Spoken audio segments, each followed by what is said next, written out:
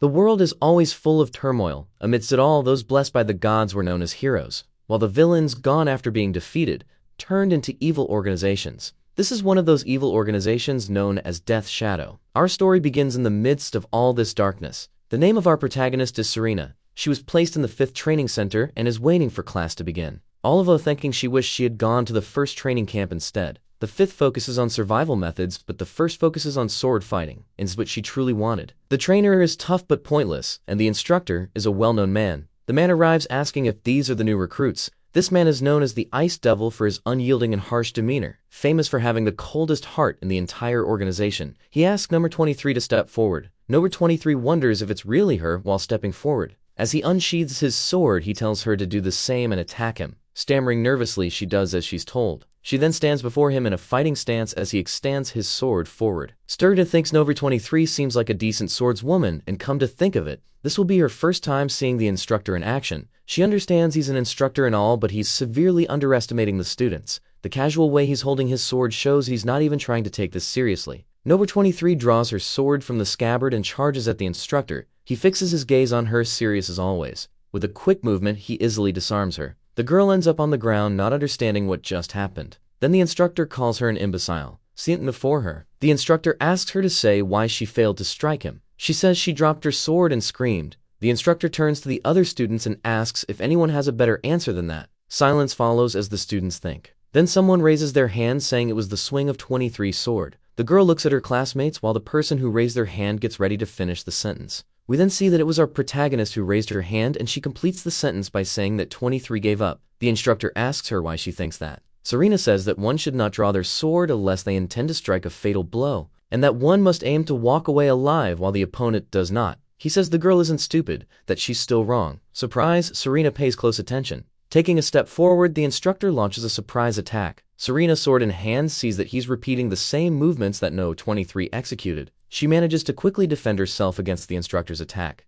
We then see that she managed to pierce the tip of her sword into his shoulder, while his sword rests against her neck. The instructor asks her to explain in a case she hasn't understood, and she says that when attempting a fatal blow, you also expose yourself to being cut. He then places the tip of his sword against her neck and says she's wrong. The instructor says that the shadow cut they learned is a simple and deadly strike, with no second chances, one that cannot be blocked or dodged while being executed. So Serena asks if it's a single strike. He confirms, saying yes, that's exactly it, and that failure when using this technique means you're done for. The man continues, saying no one should use it unless they have absolute confidence they will land at a mortal blow, and he adds that if you fail using that technique, it means you didn't deserve to be alive anyway. Serena, the thoughtful expression, says she'll keep that in mind. It was on that day that she realized the level of the instructors as she shouted for them to run 20 laps and practice the shadow cut techniques from 1 to 18. He said the students would repeat each 100 times and not to even think about resting before finishing all of it. Then he called students number 23 and number 7. The instructor said that for them, it would be 30 laps and 150 repetitions each. Smiling slightly, he told them not to say they couldn't do it.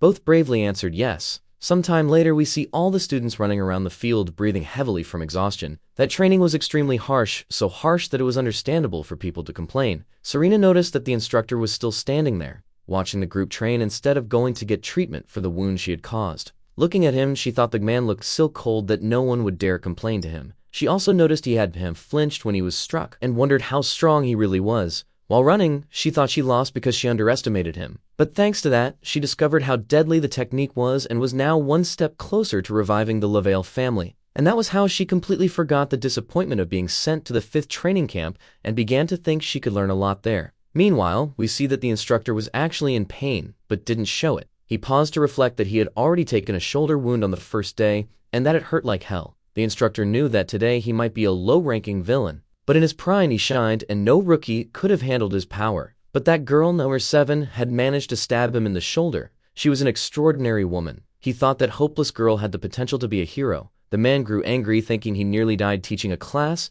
and thought that girl had the makings of a hero and wondered what she was doing there. The girl noticed the instructor was staring at her and wondered why he was looking at her like that. She gave a little smile, and he wondered why she was smiling while looking at him. Then he thought about how he was standing there full of pain while the girl was laughing as she ran. He was certain she was going to be a problem in his life. While she was thinking she could learn a lot there, the instructor was thinking he'd crush her if she ever tried to climb over him. The protagonist of this story is Kane Ronard, the lowest-ranked villain instructor in Death Shadow. who took that job just to survive. We start by seeing exhausted people on the training field. Noah 23 looked worn out at Serena, who continued practicing her strike. The instructor had told her to repeat it 150 times and she was already on the 132nd repetition. The girl thought while gasping heavily that she couldn't do anymore, that she was completely out of strength. But if she gave up at that moment, she looked to the side and saw that the instructor was still watching her. In the instructor's mind, he just wanted to treat the woo she gave him and eat something. But the girl thought that his cold stare only motivated her even more. Lifting her sword, she continued her training. The instructor thought he wasn't gaining anything by staying there so late and wondered why he had to stay there with her. While she took a breath to continue, he was just thinking about stopping, eating, and resting. The girl then felt something strange in her body. She looked at her own trembling hands and her vision began to blur.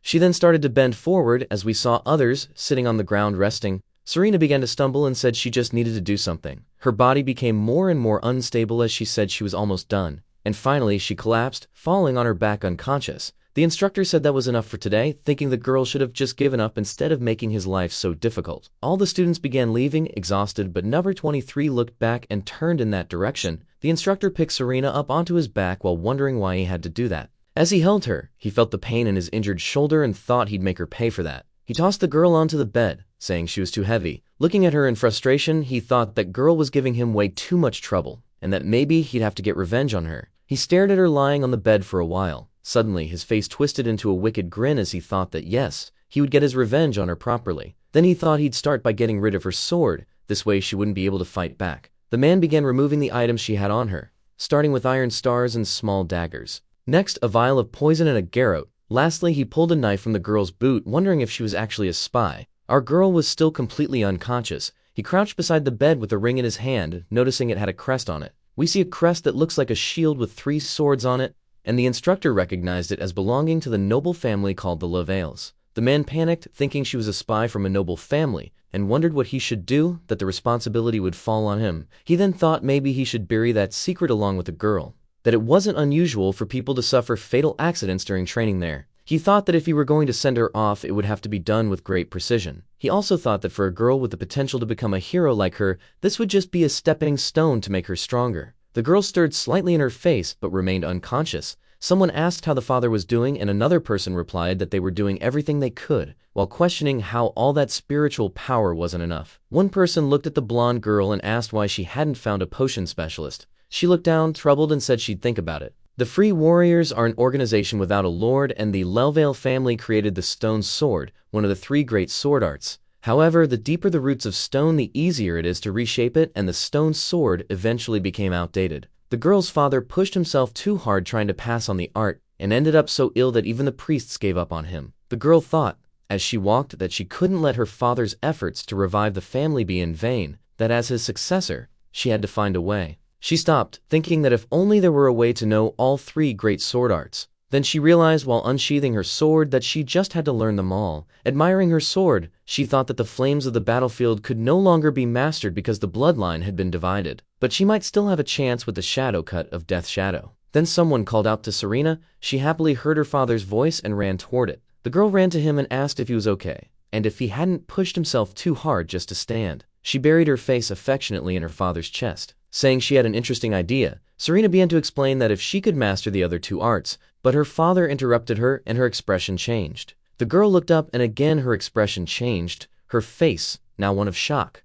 Her father told her that the future of the Lovedale family depended on her. She was left speechless, still staring at him as he told her never to forget that. Then she woke up back in her bed at the training field. Standing up in bed, she wondered if that had been a nightmare and swore she had been training just a second ago. Suddenly, someone asked if she was a Lavale, which startled her and caught her attention. The instructor was leaning against the wall, holding the ring with the family crest in his hand. He threw the metal stars at her and she barely dodged them. Serena looked toward the door, thinking her cover had been blown and that she had to escape. Then she wondered why she was in his office and not in a torture room, and what he was planning. The instructor casually tossed the ring in the air while asking what a descendant of such a great family was doing there. The girl grew angry while he felt that she was still letting herself be provoked, that in the end she was still just a child. She picked up one of the metal stars that had stuck into the floor. Then she made a motion as if she were going to throw it at the instructor, but he asked whether she had no pride at all in that stone sword of hers or if, in fact, she was just now gaining the courage to scrub off its rust. The sentence makes her stop the throw just before the iron star leaves her hand. They stare at each other for a while as the instructor thinks it's a good thing she felt for his little act. He says he assumes she knows about the 3 sword arts, and that the first is the stone sword of the Lovale family, and that the second is the shadow cut of Death's shadow. The girl is left speechless when he says the third is this one, and the instructor makes his sword ignite in flames. She then realizes it's the technique of the battlefield flames, and the instructor says at least her eyes aren't rusty. The man says he's there for the same reason she is, and that's why he also has to keep his identity secret. The girl wonders why he would reveal his secret like that, while he thinks it's great that she believes they share the same goal. She then asks why he told her that, to which he replies that he can teach her everything he knows about the flames and the shadow cut, and she asks why. The instructor says it's because it's still incomplete, and he doesn't know what side effects it might have, but in truth, he just wants to buy time, get rid of her. She thinks the instructor is right, that incomplete techniques can greatly affect the user, and asks if he's saying he wants to test the techniques on her. He says yes, that she needs to be willing to risk her life, while thinking he's going to end hers by teaching those techniques. Getting closer to the girl and placing a hand on her shoulder, he says he imagines she wants to save her family's name by improving the inherited technique. Then he proposes that they both complete their sword techniques together, so they both get what they want. Serena asks if he's saying he'll secretly take her as his apprentice, to which he confirms yes. The girl wonders if she can trust him, but remembers she just saw the flame technique, and if she can master it and the shadow cut in the same place. Serena then says all right. The instructor celebrates inwardly, thinking the girl's done for, while on the outside he stays serious and says she made a good choice. The next day, a beautiful morning begins. We see a metalweight drop to the ground as the instructor says that a key quality for a swordsman is strong legs, and that they'll have to train using that. The girl asks if overtraining isn't bad for someone who's still growing, and the instructor thinks he hopes she really does go down. Then he extends his hand and tells her to take that solution 3 times a day and use that ointment to ease any side effects that may occur. She takes the jars and says okay. While she thinks that's how he trained himself, he thinks it's obviously fake medicine, and that it'd be even better if she caught an infection. 10 days later, the girl has her sword in hand and suddenly stops. A second later, she collapses unconscious to the ground. The instructor is watching from afar as others rush to help her. He smiles to himself, thinking she's like a zombie, but it's only a matter of time before she's finished. Another 10 days pass while he thinks that at this rate it shouldn't take much longer. Yet another 10 days pass while he thinks things are starting to spiral out of his control. He thinks if this keeps up, he'll be the one who ends up ruined. The instructor looks on with a nervous wrinkle and wonders what kind of monster that girl is. Everything he's done has only made her stronger. The girl asks if something is wrong and he says no. But inside he thinks it's all her fault and wonders why on earth she keeps getting stronger. Then, surprising her, he says he'll begin her real training the next day. She leaves the room wondering if he just gave her some kind of approval, while he thinks not even young men could endure 15 days and she lasted 30. The instructor drinks water while thinking of new ways to finish her off when he hears a sound behind him and asks if she forgot something. But when he turns around, he sees it's not the student. It's another instructor, who apologizes and says he wasn't who he expected. He says he wasn't expecting anyone, while the other says he already knows he's been spending a lot of time with No. 7 lately. The instructor says she's only consulted him about training. The other one tells him not to say he's catching feelings for that student, but gets a face full of coffee spit by his friend. Kane snaps, asking if he's insane and where he heard that ridiculous, baseless rumor. Then the other instructor, wiping himself off, asks why he's being so emotional. It's not like him. He then turns around and says he's leaving, while Kane wonders why he even came there in the first place. As he passes the desk, the other instructor quickly grabs one of the papers lying on top. He starts reading the information on the sheet. While walking, he passes student number 23. Another day of training begins, and Kane is teaching Serena about the difference between the battlefield flames, the shadow cut, and the stone sword. He says that if the combination of techniques isn't just right and perfectly executed, it could ruin everything. As he makes a cut through the air, he says that's why she'll have to choose only the strongest points from each one. Then flames erupt in the air like the claws of a tiger. He shifts his grip on the sword and forms a semicircle around himself, and the flames change their attack pattern. The girl barely has time to shut her eyes as the flames pass her and hit the tree behind. As he says that was the red fire technique in his mind, he's complaining about the pain in his wrist from the sudden spin. He explains it's a combination of the shadow cut and the battlefield flame, a deadly strike with high speed and power. The girl thinks she could feel the immense power of the technique just from that demonstration, while he believes he's convinced her. Kane says that if she combines the stone sword technique with the one he created, she'll end up with something lethal that can cut through anything in the blink of an eye. He adds that she also needs to be ready to go down with it, while she asks if a swordsman would really lie about all of that. Serena analyzes the instructor and concludes that it doesn't seem like he's lying. The man thinks to himself that he's a fraud, not a swordsman. The girl then says she'll master the technique, that she has more than enough reason to do so. He then stares at her for a few silent seconds. The man says that if she wishes to go beyond, he won't stop her and sets a time with her for the next day in the same place, thinking the training will finish her off. The camera pulls back as he thinks with a sinister grin that it's only a matter of time before she meets her maker. Time skips forward to 1 year later with someone asking if training ends today and what that means. Then see that the girl didn't go down like he planned and only got stronger. He says a girl can become an excellent swordswoman just by focusing on sword training alone, and she asks what else she needs beyond that. The trainer gets irritated and says that if she's going to complain, she might as well leave. He stays silent as she stands by his side, still staring at him,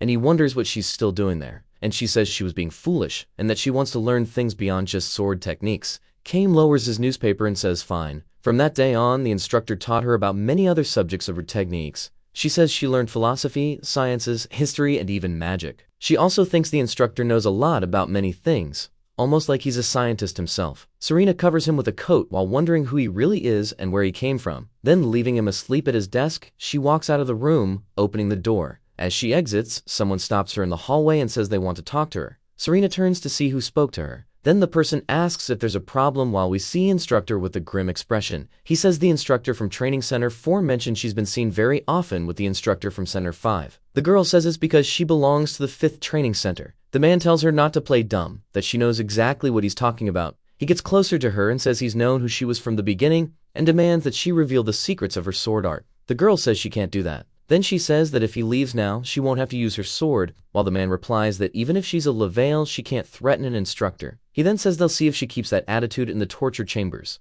The man draws his sword and tries to strike the girl, but she blocks the attack with ease. Suddenly, another slash is made and we see our girl staring down the instructor. Then a large wound opens across the instructor's body. Serena is shocked by the strength of her own blow. Our heroine stands still, watching the instructor's body fall, thinking she only wanted to scare him. As we see his lifeless body on the floor, she thinks he was an intelligence specialist, but she never imagined he'd be so weak. She then realizes that just the fact the instructor from the 3rd training center hammered her without hesitation means everyone must already know. Looking down the corridor where she thinks she has to escape now, our heroine decides to jump out one of the nearby windows. She starts running through the forest, thinking she needs to flee before they all come after her. Suddenly we see 3 people surround her, but our girl, who's no fool, had also noticed she was being followed. She quickly draws her sword from the sheath. Meanwhile, Kane starts waking up, asking what all the noise is about. Someone bursts through his office door, startling him and calling out his name. He stands up and asks the student who opened the door what the commotion is. Number 23 says that Number 7 just sent the instructor from the 3rd training center to meet God personally and flood. Kane is shocked and stunned by the news. As she heads to the scene, she explains that it happened while the instructor was conducting an investigation on the girl, thinking she was a spy. Then our instructor thinks, since when did they suspect her? And if they suspected her, then they're definitely suspicious of him too. He turns his back and asks which way she went, and Number 23 says she went into the forest to the west. When he asks where the other instructors are, she says the 1st and 2nd already went after her, and the 4th probably just found out. Kane wonders why the instructors from the 1st and 2nd centers went after the girl. He thinks the fact that he and Number 4 were the last to know means they're suspecting him too, and decides he has to use this time to escape as well. Our instructor starts grabbing his things while asking where the students are and if the higher-ups were informed. Then he instructs the girl to gather the students and bring them to the instructor of the 4th training center, informing her that he'll go after Number 7. The girl begins to say that the 1st instructor told her to take him instead. With his usual cold eyes, he cuts her off, asking if he hadn't made himself clear enough. The girl gulps and says she understood. He pulls up his coat to cover half of his face as he walks. Sometime later, he jumps through a window to the outside and ends up diving into the forest as well. As he walks, he spots one of the instructors slumped against a tree, unconscious and up ahead. The other 2 lying in strange positions, defeated. He pauses for a moment, thinking the girl took them all down with a single blow, that she's like a monster now. Kane notices something to his left and starts running in that direction. He arrives at a spot where he sees even more bodies on the ground, all defeated. Suddenly, we hear Serena breathing heavily, asking who's there, and our instructor turns, locating her. Our girl is filthy and has a cold, intense look. The 2 stare at each other for a moment without saying a word. Then she says she knew they'd come after her, but thinks it would have been better if their paths had never crossed again. He replies of course she knew while drawing his sword, even as his mind screams for him not to do this. Serena then says that in the end she was the hand that fed her. She quickly leaps forward and charges at Kane at terrifying speed with a serious expression. Our instructor, knowing the destructive potential she holds, also turns serious as she comes at him. Then we see the 2 face to face, and we see our instructor with the sword driven to his shoulder,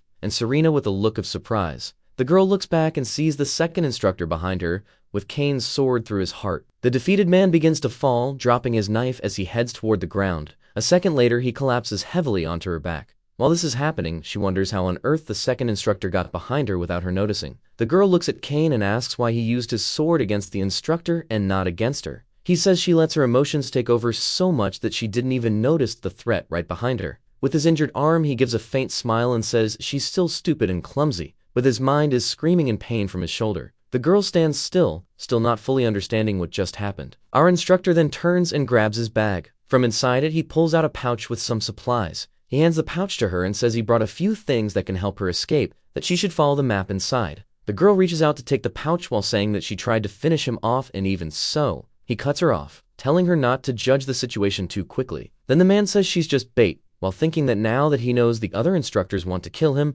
he'll really use her as bait. The girl listens thoughtfully and asks if she really is just bait. Then she asks if being bait is all she has to do to repay him for everything he's done for her. While wrapping a bandage around his wound, he thinks to himself, what's wrong with Serena? Then he wonders if she thinks the map isn't enough, and that if she doesn't want to be bait, he's screwed. Kane then closes his hand and pats her shoulder. He opens his hand with some gold coins and says he doesn't expect anything more than that, while thinking she should just take the money and get going already. The girl has a sad look, staring at the ground, deep in thought. She takes the gold, wondering why he's giving her that, if it's so she can survive a little longer and serve as bait. While he never expected her to accept it, then he walks past her to retrieve his sword from the fallen enemy and tells her to go now. They're out of time. The girl, putting away her sword, says she hopes King gets a real apprentice someday. He says nothing, but thinks there's no one dumb enough to want to learn that insane sword technique except her. The girl then quickly turns, wondering if she really just heard him chuckle or not. Again, she looks down, lost in thought. Sometime later, we see a mountain with forest below and above. A group of people stands atop the mountain near the edge. On one side, we see the instructor from the first training center saying to the others that he chose the apprentice, and he replies that he already expected things would end like this. She then asks him if he really did that, and he says he didn't expect her to let him go, just like he didn't expect her to hand over her techniques. Then, drawing her sword, she says there's no other way to settle things. With a condescending smile, she says she'll at least let him go down as a swordsman. He replies that it's very considerate of her, while thinking his shoulder hurts like hell. The woman notices he's injured and asks if it was the second instructor, and he answers that it's none of her business. Still with that little smile, she says it's a shame to defeat him while he's not at his best. Kang responds that it really is a shame, but he doesn't plan on making it easy for her. She says he really should make it easy and charges at him. Getting close, she spins her sword in a horizontal slash. Kane's sword ignites in flames and he blocks her attack. Smiling, he compliments her shadowy move. The woman, also smiling, praises his battlefield flame. Then their swords slide against each other, and they step back to gain some distance, blades still touching. Each of the fatal strikes from the three sword arts has its own traits. The stone sword, which can pierce through any defense. The shadow cut, which guarantees victory. And the battlefield flame, which counters right after blocking. All of these traits are interconnected. Among them, the battlefield flames can be weak against the stone sword, which breaks through defenses, but is a natural counter to the shadow cut, which leaves the user vulnerable to counterattacks. So in theory, our villain should win, but the difference in sword arts is completely overshadowed by strength and sword precision, and that's how we see our Kane taking cuts across multiple parts of his body, even when he should have the advantage. The woman then grabs him by the neck. He's at the edge of the cliff as she says it's a shame his shoulder was injured, and he replies he doesn't need her sympathy. Then he says she won't be able to defeat his apprentice so easily, but the woman says she'll send her to meet him in the afterlife soon enough. The woman then pushes our instructor. He falls from a massive height into the void and darkness. As our villain falls down the cliff, the woman stands at the edge looking down. She tells her group that now it's time to go after the traitor. Number 7. The girl looks up the sky and thinks the instructor probably doesn't need her as bait anymore. Suddenly, she notices something to her left, and we see someone leaping from the forest to attack her. That someone takes a slash from our girl straight across the abdomen, then collapses to the ground as she watches calmly. The girl tears off a piece of the attacker's clothing. She uses the cloth she ripped to clean her blade, thinking that with this one, that's 30 attackers now. The girl thinks that thanks to the survival training she's been able to stay alive so far, and those skills were earned in extreme danger. She wonders what kind of life her instructor lived, but then murmurs to herself that there's no way to ask anymore. Then someone yells for number 7 to stop right where she is, pulling her from her thoughts. Suddenly, we see she's surrounded by at least 10 people, all with serious faces, closely watching her every move. She realizes it's not just the first instructor who's there. The elite Sword Shadows unit has come too. The woman tells her to surrender, that they'll spare her life if she does. Serena thinks that woman doesn't seem like the type to lie, With sword in hand, our little heroine says she won't spend the rest of her life rotting in a cage. The woman shakes her head. The people around her begin drawing their swords and preparing to fight. She says she didn't really expect the student of the 5th instructor to give up so easily, while Serena says she's not a battlefield flame apprentice. The woman says she wants to make something clear, that Serena is his final apprentice since the dead can no longer teach anyone. Serena understands exactly what she means by that and is shocked. Boonen goes on saying he joined them because he wanted their technique just as they wanted his. But once the technique is passed on, the person becomes expendable. That's why he sacrificed himself, because he had already passed his technique on to Serena. She then says that if it hadn't been for her, maybe he would have had enough time. The woman adds that he went out fairly as a swordsman in a direct duel against her. Serena says there's no way he could have lost to her, and the woman replies that maybe that's true if he hadn't had an injured shoulder. Our girl then starts to feel an overwhelming sense of guilt, since she was the one who injured his shoulder. After a few moments, the woman says it's too late now, he's already gone and Serena should get ready. But she's interrupted as Serena slashes her sword across the woman's neck. The others who were with the woman are left stunned, but not for long, as Serena strikes them down too. The girl goes on, easily defeating everyone who had surrounded her. She thinks it's always like this. She always ends up losing everything important to her while chasing the sword arts, that this is her fate, having been born a swordswoman. Then we see our girl standing covered in dirt, after defeating all the people surrounding her. Like a true first-class swordswoman, she would continue cutting down everyone her path. With your cries for help and voices shouting to retreat, the screams grow more distant as the camera pulls back, showing the vast forest. Then we see a hand start to tremble. Suddenly, we see someone rising from the ground wrapped in a white cloth. We see our favorite villain getting up from beneath the white cloth, saying that was a close one. He kneels down and coughs from a sudden pain. Then he says his head is spinning and he needs a coagulant. Opening his bag, he thinks to himself that everything happened according to plan. We then return to the scene of him falling off the cliff, smiling. However, as he falls, he pulls a rope hidden inside his clothes, and we see a makeshift parachute opening above his head. He manages to make his descent much smoother than it would have been otherwise. Then he ties a bandage around his stomach and says that, in any case, he's still alive. The only thing that matters to him is staying alive. Nothing else matters. He slings his backpack over his shoulders after bandaging all his wounds. While thinking that people can laugh all they want, he also feels down, since the job was good and now it's going to be hard to find another. Kane takes a deep breath and thinks that as a low-tier villain, at least he's still alive. Then he keeps walking through the forest. Elsewhere, on top of the hill, we see someone. It's our girl driving one of her feet, reaching the top of the hill, all dirty and with a serious look. She notices a sword near the edge. She limps over and picks up the sword in her hands. She raises the sword toward the bright morning sun. The girl says she will survive no matter what and will repay her debt. She screams, swearing by her sword that until the day she dies, she will keep her promise. The promise of the future heroine and divine sword echoed across the world, something only the two of them knew, that it was a farewell to her first and last mentor. Sometime later, we see Serena eating a snake and saying it really has a unique flavor. A man asks if someone from the Empire eats crawling snakes. She then says she's used to exotic foods and then it's fine. She thinks there's nothing better than poisonous snakes to build resistance to toxins, though if she fails, she's a goner. The boy then asks why someone from the Empire is there, or she's just out on a walk or something. She says she came to the southeastern forest to train. Looking outside, she sees several small huts built in the middle of the forest. Someone says they got the guide she asked for, and our girl thanks them. She says she thought it would take longer since the forest depths are quite dangerous. The man laughs and says folks around there aren't afraid of the forest. Then he looks at her and around them, stepping closer as if to share a secret. He whispers to her and that what they're really afraid of is Shahada. The girl asks if Shahada is a demon. He says that, in the Empire's language, it would be a ghost. Actually, it's a human-eating ghost. Then he starts unbuttoning his shirt and says he's encountered Shahada before. We can see a scar running from his neck to his waist, and he says that's the proof. Serena notices that the scar was made by a sword. From the location, it was a strike aimed directly at his vital points, requiring a certain level of skill to land so precisely. There would have to be someone as skilled as her first instructor, who was the best swordswoman in the Deadly Shadows. She swallows hard and wonders if Shahada is still in that forest. She grips the hilt of her sword tightly as the boy buttons his shirt again. He notices and says that Shahada is an immortal ghost, warning her to be careful in the forest. Serena becomes serious and thanks him for the advice. Meg falls and we see the huts in the darkness of the forest. Serena is lying on her makeshift bed with her sword by her side. She thinks that an immortal heart-eating ghost is absurd. Reaching for her sword, she thinks that if such a ghost really exists, then her fingertips touch the sword as she thinks about what it would be like to meet those who are gone. She holds her sword and hugs it, thinking of her father and her instructor. Then we're in what seems like a dream as someone calls out to Abirius. The earrings of a person with long white hair glow as she channels magic into her hands. Then she shouts ice storm and a real storm forms around another person. This person was blonde with short hair and tried to shield her face from the ice storm. We see that this person is Serena, who calls out to Seville, saying she used to be a heroine praised by everyone and asks why she's doing this. She then says she's tired of playing the heroine. Pointing her finger at our girl, she says that Serena will eventually come to the same conclusion, that the life of a hero is empty and that in the end there's nothing but destruction waiting. Serena then asks what she is. Again, the earrings glow as the other woman says that if she wants to see, she'll show her who she really is. She tells Ebrius to pierce the girl with infinite ice arrows.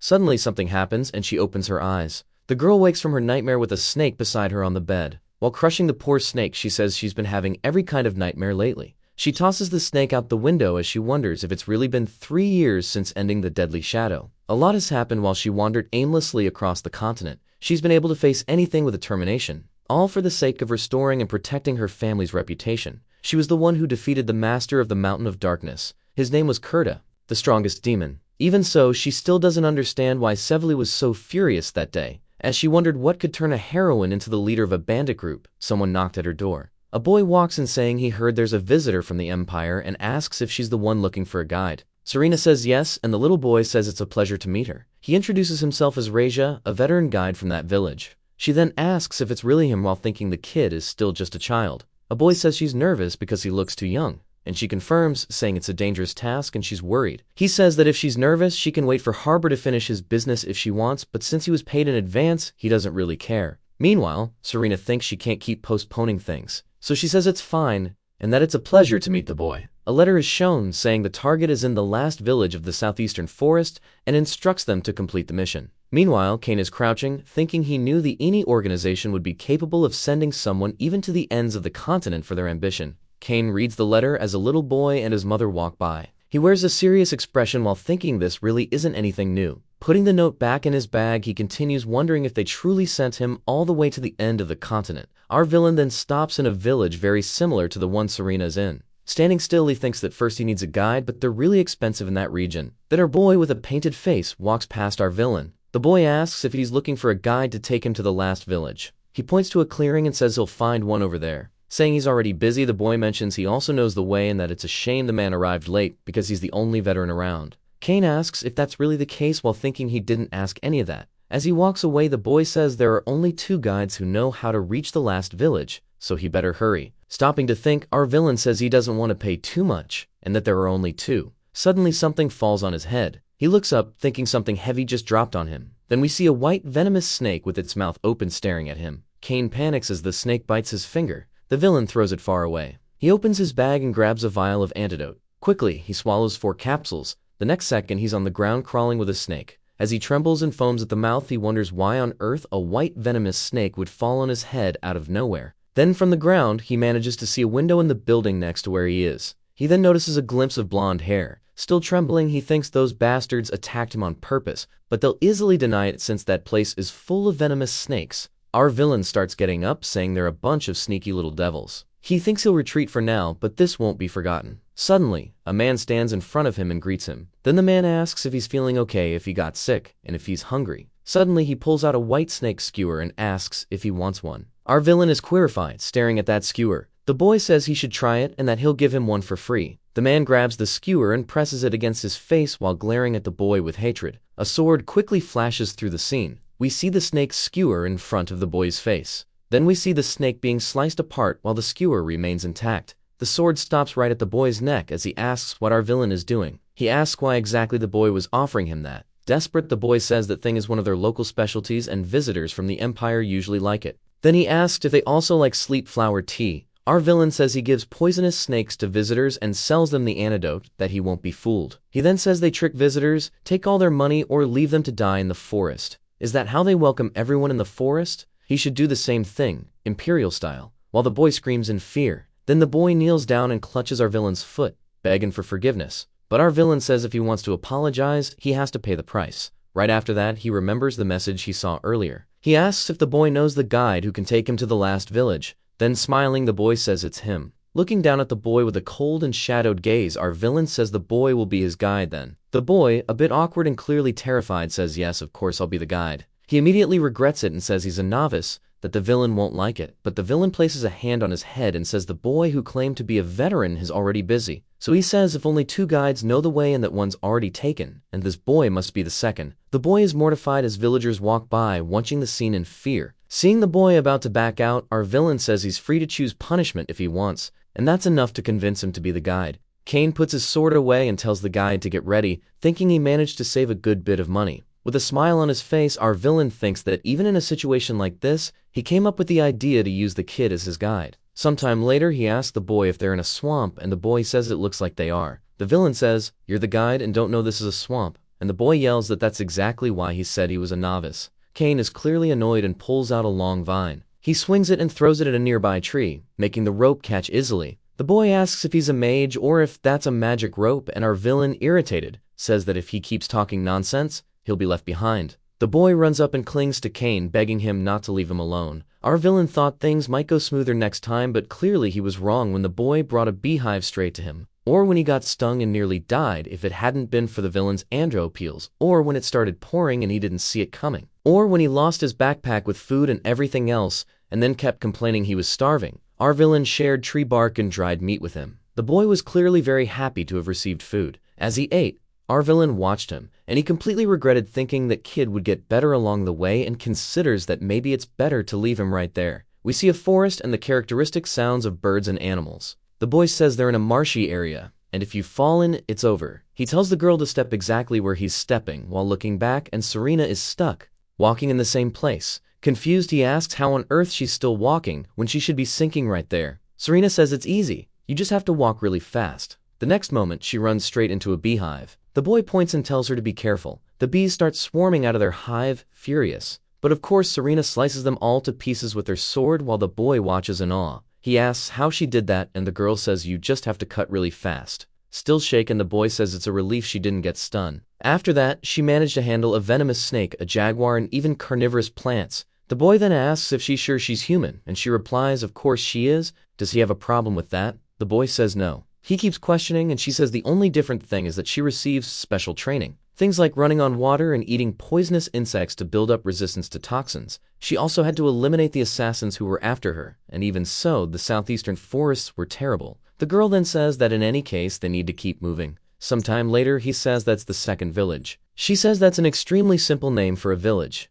The boy explains that those villages keep getting destroyed by the forest, and it's tiring having to rename them every time, so now they just use numbers. As she says she understands and receives stares from the other villagers, the boy says they should find something to eat. Serena picked up a knife and asked Rajia if people there didn't like citizens from the empire. It replies that they don't and asks why. She says she started noticing everyone seems to be avoiding her. The boy, while eating a coccinha, says he hadn't noticed that, and maybe it's just because everyone's busy. There's a hunting competition where all the villages participate. She looks outside and sees people working, then asks if all 5 villages take part, and if so, that must be a huge event. So those people out there really are all working and very busy. Serena notices that and tells the boy. Pushing over a plate full of bones, he asks if she wants to try joining the tournament. It's open to everyone. She eats a fruit and says she'll skip this one, thinking that her goal is to train her swordsmanship and she has no time to waste hunting. She then thinks it's obvious what would happen if she competed against hunters. Meanwhile, someone is watching our heroine from afar. That someone is a woman with long dark hair, holding a spear, and she clearly doesn't look happy with Serena. Sometime later, the boy says that's the third village, but the entrance is blocked by several branches and giant trees in the way. The boy wonders if something happened and says it's strange. Suddenly, they hear a scream coming from nearby. Serena quickly draws her sword and tells Rajia to wait there. She leaps forward before the boy can even respond. With her sword already igniting in flames, she charges forward and raises it above her head, ready to strike. Striking with precision and power, she breaks through the tree branches blocking her path. The entrance to the village is now open, with some branches still burning from her strikes scattered nearby. She runs into the village and we see several bodies piled up. The girl is completely shocked by what she sees. She walks nearby and sees bodies lying all over. Serena covers her mouth in horror at the sight while a man stands atop one of the piles of corpses. He numbs her and she numbs him. The man holds a heart in one hand and a mash sheet in the other. Then he quickly eats the heart in his hand while Serena looks on, disgusted. Without mercy or a word, she leaps at the man with her sword. He swiftly dodges her attack. The man jumps back in a final leap, landing crouched.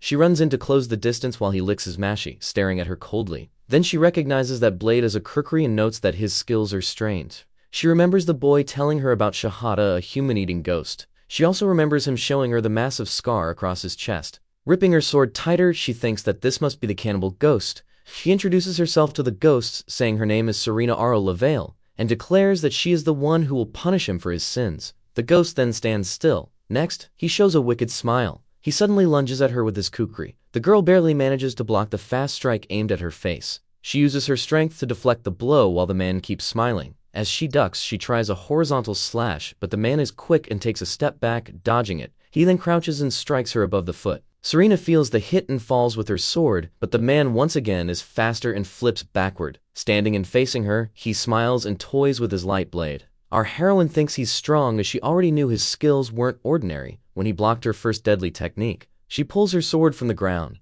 As she thinks that fighting him will be difficult, she begins to ask him something. Then, pointing her sword at him, she asks if he doesn't fear death. Serena notices he's willing to risk being struck when attacking, a reckless tactic that throws your body away without caring if you die, as long as your enemy falls too. She turns her blade in her hands and says, fine, if that's what he wants. Her sword ignites in flames as she says she'll end him. The ghost then begins to laugh loudly and once again charges at our girl. She uses Form 3 and unleashes the Red Lotus explosion attack. The man manages to block one of the flames coming toward him. The next flame, however, carries our warrior's sword along with it. Then startled, the ghost's sword shatters in two. He holds his weapon, watching as the other half breaks off and flies away. Our girl with a serious look spins her flaming sword once more. The ghost manages to evade the fiery slash by arching his body backward. However, our heroine follows with a furious vertical strike. The blow lands squarely on the man's chest, leaving no room for escape. With the force of the attack, the ghost's eyes widen as he realizes the damage he's taken. From a distance, we see his body now missing one arm. Instead of crying, the man laughs as if completely possessed, and then, unexpectedly, he leaps away trying to flee.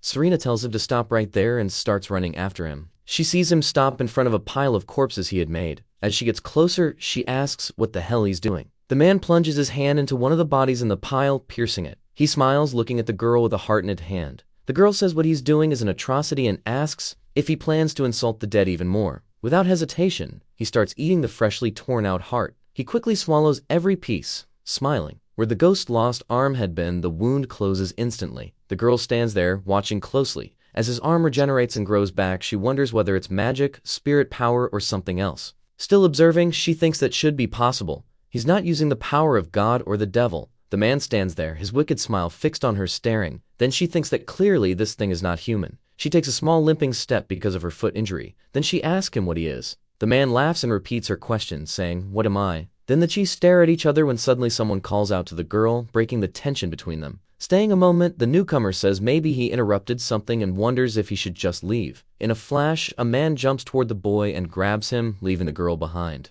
She then yells his name as she witnesses the scene. Confused, a boy asks her what's going on. Then the man points east and says something. He quickly begins leaping from tree to tree, moving fast in the direction he pointed. Our girl tells him to stop and tries to follow, but her injured foot keeps her from running. She then says to herself that he took a child as a hostage, someone who had nothing to do with their fight. She also notices he took her food and bag and then wonders, did he say last village? Our girl then sheaths her sword and thinks she has no other choice but to move forward. Kane and the boy finally arrive at the same village where Serena had been and notice that the place is a complete mess. He asks if there are bandits in the southeastern forest, and the boy says there are no bandits. The instructor catches the tone in the boy's voice and says that means there are other things lurking around. Suddenly, our instructor sees several bodies on the ground, which frightens the boy behind him. He then steps closer, thinking that the skilled villain must be used to crime scenes. Looking at how the bodies are arranged, he says it seems like the work of a first-class swordsman. Turning over the body in front of him, he wonders why there are bite marks on them. He has no doubt that those are human bite marks. He also notices signs of a fight with another person in the area. The opponent also seems to be a first-class swordsman, which means there's a human-eating monster and human of equal power in that region. He says out loud that something smells bad, and the boy says yes because of the bodies. Then a female voice calls out, asking if he's from the organization. Catching both their attention, they look back and see a woman stepping out of the smoke. She introduces herself as Asher and says she came to that last village to meet him. Sometime later, the woman is walking in front while the two of them follow behind. He thinks he feels 1,000 times more comfortable now with the woman guiding them than with the kid. They receive warm welcomes in every village they pass through. Looking at the woman ahead of him, he thinks he can't shake this strange feeling. He can sense in the air. The scent is everywhere. Suddenly, he grabs the boy, making him tense up. The boy whispers to him, saying the man doesn't need a guide anymore and should let him go. The man replies no since he promised to take him to the last village and wonders where the kid thinks he's going at a time like this. He might even end up needing to use him as bait. Out of nowhere, the woman smiles and turns around saying they've arrived. She keeps walking while the man forces the boy to continue walking behind her. The woman then stops in front of a mansion with lit torches, kneels at the door, and tells Durha that the visitors are here. Then, opening a curtain, she tells them to go inside. Someone inside says for him to enter and calls him the messenger of the organization. He then takes a seat and says it's a pleasure to meet the governor of the forest, while the boy behind him wonders what the hell is going on. The bald man says he's not a governor. He just has a bit of influence in the area, that's all. The bald man asks what our villain wants there, while Kane thinks the guy already knows why he's there. He says the organization wants to recruit him, and the boy yells, asking what that even means, thinking it's not right to send a rookie like him to recruit others. The bald man asks if they want his organization to work for them, and the instructor says if they don't cooperate, they won't survive. While taking another puff from his hookah, he asks if Kane is aware. Our instructor asks, aware of what? The old man says there was a beast attack recently, and the instructor asks if that's not normal. The old man replies yes, but this beast was different. He says the beast's claws almost reached them. Kenny realizes that even he is feeling threatened. Then he begins to think, anything that can threaten him must be one of the blessed heroes or that thing that attacked the previous village. The old man then says it's a strange coincidence that it happened at the exact time negotiations are taking place. Our instructor realizes that the man thinks someone from the evil organization is behind it. He asks what the old man wants while thinking that damn organization should have told him they were threatening the guy. Then the man makes an offer. Take care of the beast for them. Our villain asks if that's a condition for them to accept, and the old man says it could be considered that. Kane begins to stand, telling him to consider it done, while thinking they're basically asking him to throw a teammate to the wolves. The old man then says that before he goes, or something else he needs to know. He says he has poor vision and might end up mistaking him for the beast while they're out there in the forest. Then he says his sword doesn't do a great job telling opponents apart. The old man says he doesn't mind. A normal hunt is boring anyway, and tells him to enjoy the banquet tonight because things will be different tomorrow. Sometime later, we see our villain running with the boy behind him, thinking he's not going to waste time playing around while the old man gets ready to hunt him. The boy says he made things more complicated, but our villain tells him to shut up and asks if he thinks this is what he wanted. A second later, they hear the sound of chains and see a scythe flying toward them. The scythe hits the ground between them, startling them both. As it's pulled back, the boy guide screams. Our villain turns around and sees a woman launching a second attack at them. She lands with her weapon poised in front of her while Kane backs away, alarmed. Out of nowhere, a spear comes flying toward our villain's face. He stands in front of the terrified guide boy. Right after, Aisha appears behind the other woman, smiling, saying he's more impatient than he looks. As she licks her blade, the girl says she thought they'd stay for the banquet. Our villain replies that he doesn't like wasting time. The spear-wielding woman once again points her weapon at him. Then she says she knew the boy looked familiar. She says she saw him in the soul of the demon. Our villain thinks great, now unscrewed, while the boy hides behind him, terrified. Quickly, he draws his sword, thinking he has no choice but to fight. It's two opponents against our villain. The two women decide to attack him at the same time. With a clever sword movement, he manages to block both attacks at once. Then he jumps and spins, throwing steel stars at them. The spear-wielding woman spins her weapon rapidly to form a shield, blocking the stars. Meanwhile, the other girl deflects the attack using the metal part of her scyther. During all this, the guide boy is crouched, trembling with fear, unsure what to do. One of the throwing stars lands near him, which terrifies him even more. Our villain then grabs a rope with one hand while holding the sword with the other. He tries to snare one of the girls, but she uses her spear to deflect the rope and tells him not to try cheap tricks like that on her. A second later, while she's distracted by the rope, he delivers a surprise vertical slash. The girl drops to the ground after being lightly cut. Behind him, the other girl's scythe comes flying fast toward his face. The metal part of the scythe passes by, leaving only the chain behind. That chain wraps around his neck. Meanwhile, the spear girl starts getting back on her feet. Then she throws her spear, grazing our villain's leg as he's being choked by the scythe's chain. Aside, the girl tells him to pay some attention to her too as she tightens the chain and pulls him toward her. The scythe then lands on his shoulder, injuring him badly. She smiles and asks how it feels to be torn apart bit by bit. The other girl gets back on her feet while the scythe wielder keeps our villain restrained. Suddenly, he says, "Eat this," and stretches a package toward her, which gets caught on the scythe. The package explodes in a cloud of red smoke. She starts coughing and asks what that is. The other girl, the one with the spear, starts complaining about pain in her eyes. The guide boy starts drooling, wondering what that strange smell is. Our villain, kneeling on the ground with his sword in hand, removes the scythe's chain wrapped around him while complaining about how much those injuries hurt. Then he gets up and sees the guide boy in front of him. Holding the boy, he takes a few steps forward and starts calling out to Balshek. Raising his hand, he commands it to swallow them with its markings. The bracelet on his arm glows crimson. The guide boy remains dizzy, not understanding what's happening, and suddenly the two of them vanish. The girls are left stunned and begin complaining when they can't find them. Then they find themselves alone in the forest. They still try to search the surroundings, but Aisha declares they really vanished. The spear-wielding girl frowns and says she recognizes that magic, and she's certain he came from that place, vowing to take him down no matter what. Somewhere else, the two of them are completely exhausted. Our villain thinks he has no idea how that girl knew he was in the demon's soul and wonders if she was there too. He starts getting scared, thinking they're going to find him and chop him to bits no matter what, and we see the guide boy still being ignored. Suddenly the boy yells, catching our villain's attention,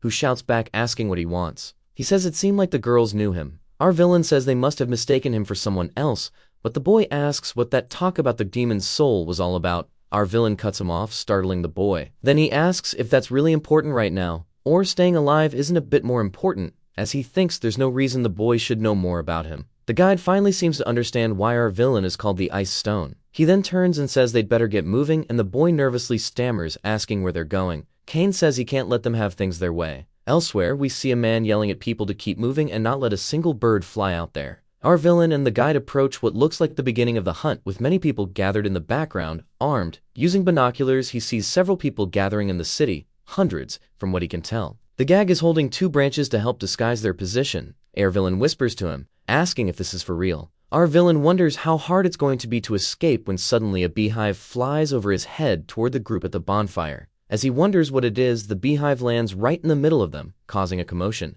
Black bees swarm out of the hive and begin attacking the men by the fire. Our villain and the guy use the opportunity to move. Meanwhile, the human-eating ghost is watching closely. Our villain and the guide flee as the others look at the wooden fence and blame the golden beetles, saying all they can do now is repair the damage. Elsewhere, the Sith girl says it's so weird how sleepy she feels, while others behind her comment that something smells really good. The spear girl yells at her to wake up, saying some of them didn't sleep at all, and the other mutters that she probably shouldn't have made tea with red fruits. She grits her teeth in irritation. Then she shouts that she's going to show him the hell they had to go through, as we see our villain and the guy running away behind her. In the daytime, someone yells out orders to capture the fugitives who are quietly hiding behind some trees, and Kane wonders if they ever get tired of chasing them. Raising a lit torch, Kane says he'll wear them out by force, and the guide thinks about how scary this guy really is. Black smoke rises into the sky in the middle of the forest as screams and fire alerts echo through the air. Kane walks calmly with the boy at his side. Meanwhile, Serena is running like mad from her pursuers who want to use her as a sacrifice. They shoot arrows that whistle past her, and as she runs for her life, she shouts back that she's not the enemy. She hides behind a tree and breathes a sigh of relief when she realizes she's shaken off the crowd. Our girl thinks it's not hard to escape, but from what she's seen, something is seriously wrong in that village, and Aisha's image, pointing her scythe, flashes through her mind. She keeps thinking about how each village has to sacrifice a specific number of people, and that there's no way to avoid it. She concludes it's like a 5-star farm for cannibal ghosts. Still hiding behind the tree, Serena tries to come up with a way to get out of there without sending anyone from the village to meet their maker. Deep in thought, she remembers she still has a lot to do, but she can't hesitate or stop, even if she's completely worn out. An image of Kane appears in her mind and she thinks that's exactly what he taught her. Determined, she now seems fully resolved. Suddenly, someone shouts that they found something, and Serena trembles with nerves and can barely hear them saying to bring water. She gets ready to draw her sword, wondering if she's been discovered. Glancing from the corner of her eye, she notices they're running and pointing toward a fire. Serena is left confused, wondering if they're more interested in putting in the fire and catching whoever started it than in catching her. Taking advantage of the chaos to escape, she says she doesn't know who started the fire, but that she intends to thank them when she can. Very quietly, she still hides around the village during her search. She even checks out some small cages, and that's when her attention is caught by a house much larger than the others. She then moves like an agile cat to the porch of the enormous tent, staying very silent. Serena opens the mat that covers the tent entrance and looks inside, surprised to find Rajia unconscious. He is lying face down on a long table surrounded by several extinguished candles. She calls out to him and hurries over, clearly worried. Taking cautious steps, she whispers to ask if the boy is okay. Sensing something strange nearby, Serena's eyes widen. Behind her, a long-haired man leaps toward her, holding a blade midair. In a quick motion, Serena turns and uses her sword to block the incoming attack. The two face each other, with the tattooed man grinning maliciously. Serena is left speechless at what she sees but keeps her sword ready. Suddenly, other footsteps are heard, along with some low laughter. The man who attacked her is now alone. He's brought back up wielding sharp weapons, and Serena realizes she had assumed they'd all been lured out of the village. One of them throws a spear at her, but Serena dodges it with a Matrix-like move. Before she can recover, another enemy leaps through the air trying to land on her. Our protagonist steps aside and the enemy crashes hard into the ground. Serena dodges again a few more times.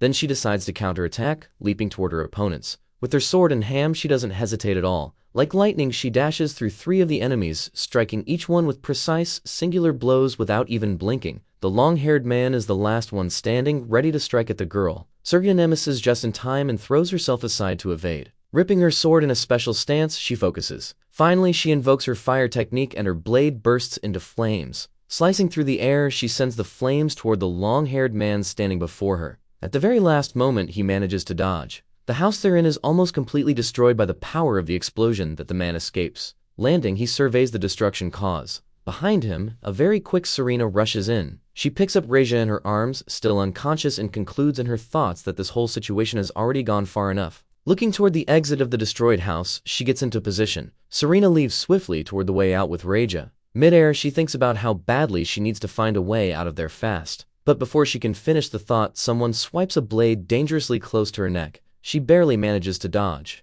She looks shocked and terrified at the sight of her attacker. None other than Reja himself, with his curved sword grinning boldly at her. He thinks about how close he was to landing a perfect hit on Serena and jumps out of the girl's arms. The move sends her crashing down hard onto the grass, landing on her backside. From atop a straw roof, the little trickster looks at Serena and compliments her, stating she's an excellent swordswoman. He's on the roof of the burning hut and says he understands now why she's called the Sword of the Skies. Standing up, Serena stumbles as she asks if he was involved too. Grinning mockingly, Rages says he should reintroduce himself. The girl watches him, speechless but very focused. Serena looks at him amid the flames and then he declares himself as Reja, the owner, leader, and absolute boss of that village. Some time has passed. Our protagonist wakes up from a good nap taken on the hard forest floor, rubbing her eyes and looking up at the dark sky. Serena sits up and starts tying up her hair, wondering if the nap lasted more than 10 minutes. As she grabs her sword, she recalls what had happened that week. Looking around the forest, she thinks about the chases from the cannibal coasts and the village residents, but also that someone was helping her through it all. She remembers someone started a fire to distract the crowd and release insects to ruin the village's food and defenses. Our girl also remembers the best sleeping agent was used to knock out the cannibal coasts for a while, and she even thinks about Aisha being attacked. Serena is very curious to know who's helping her, and grips her sword tightly. As she stands up, she thinks about how she doesn't know who or why they're helping her, but that she'd like to thank them if she can, even though she doubts she'll get the chance.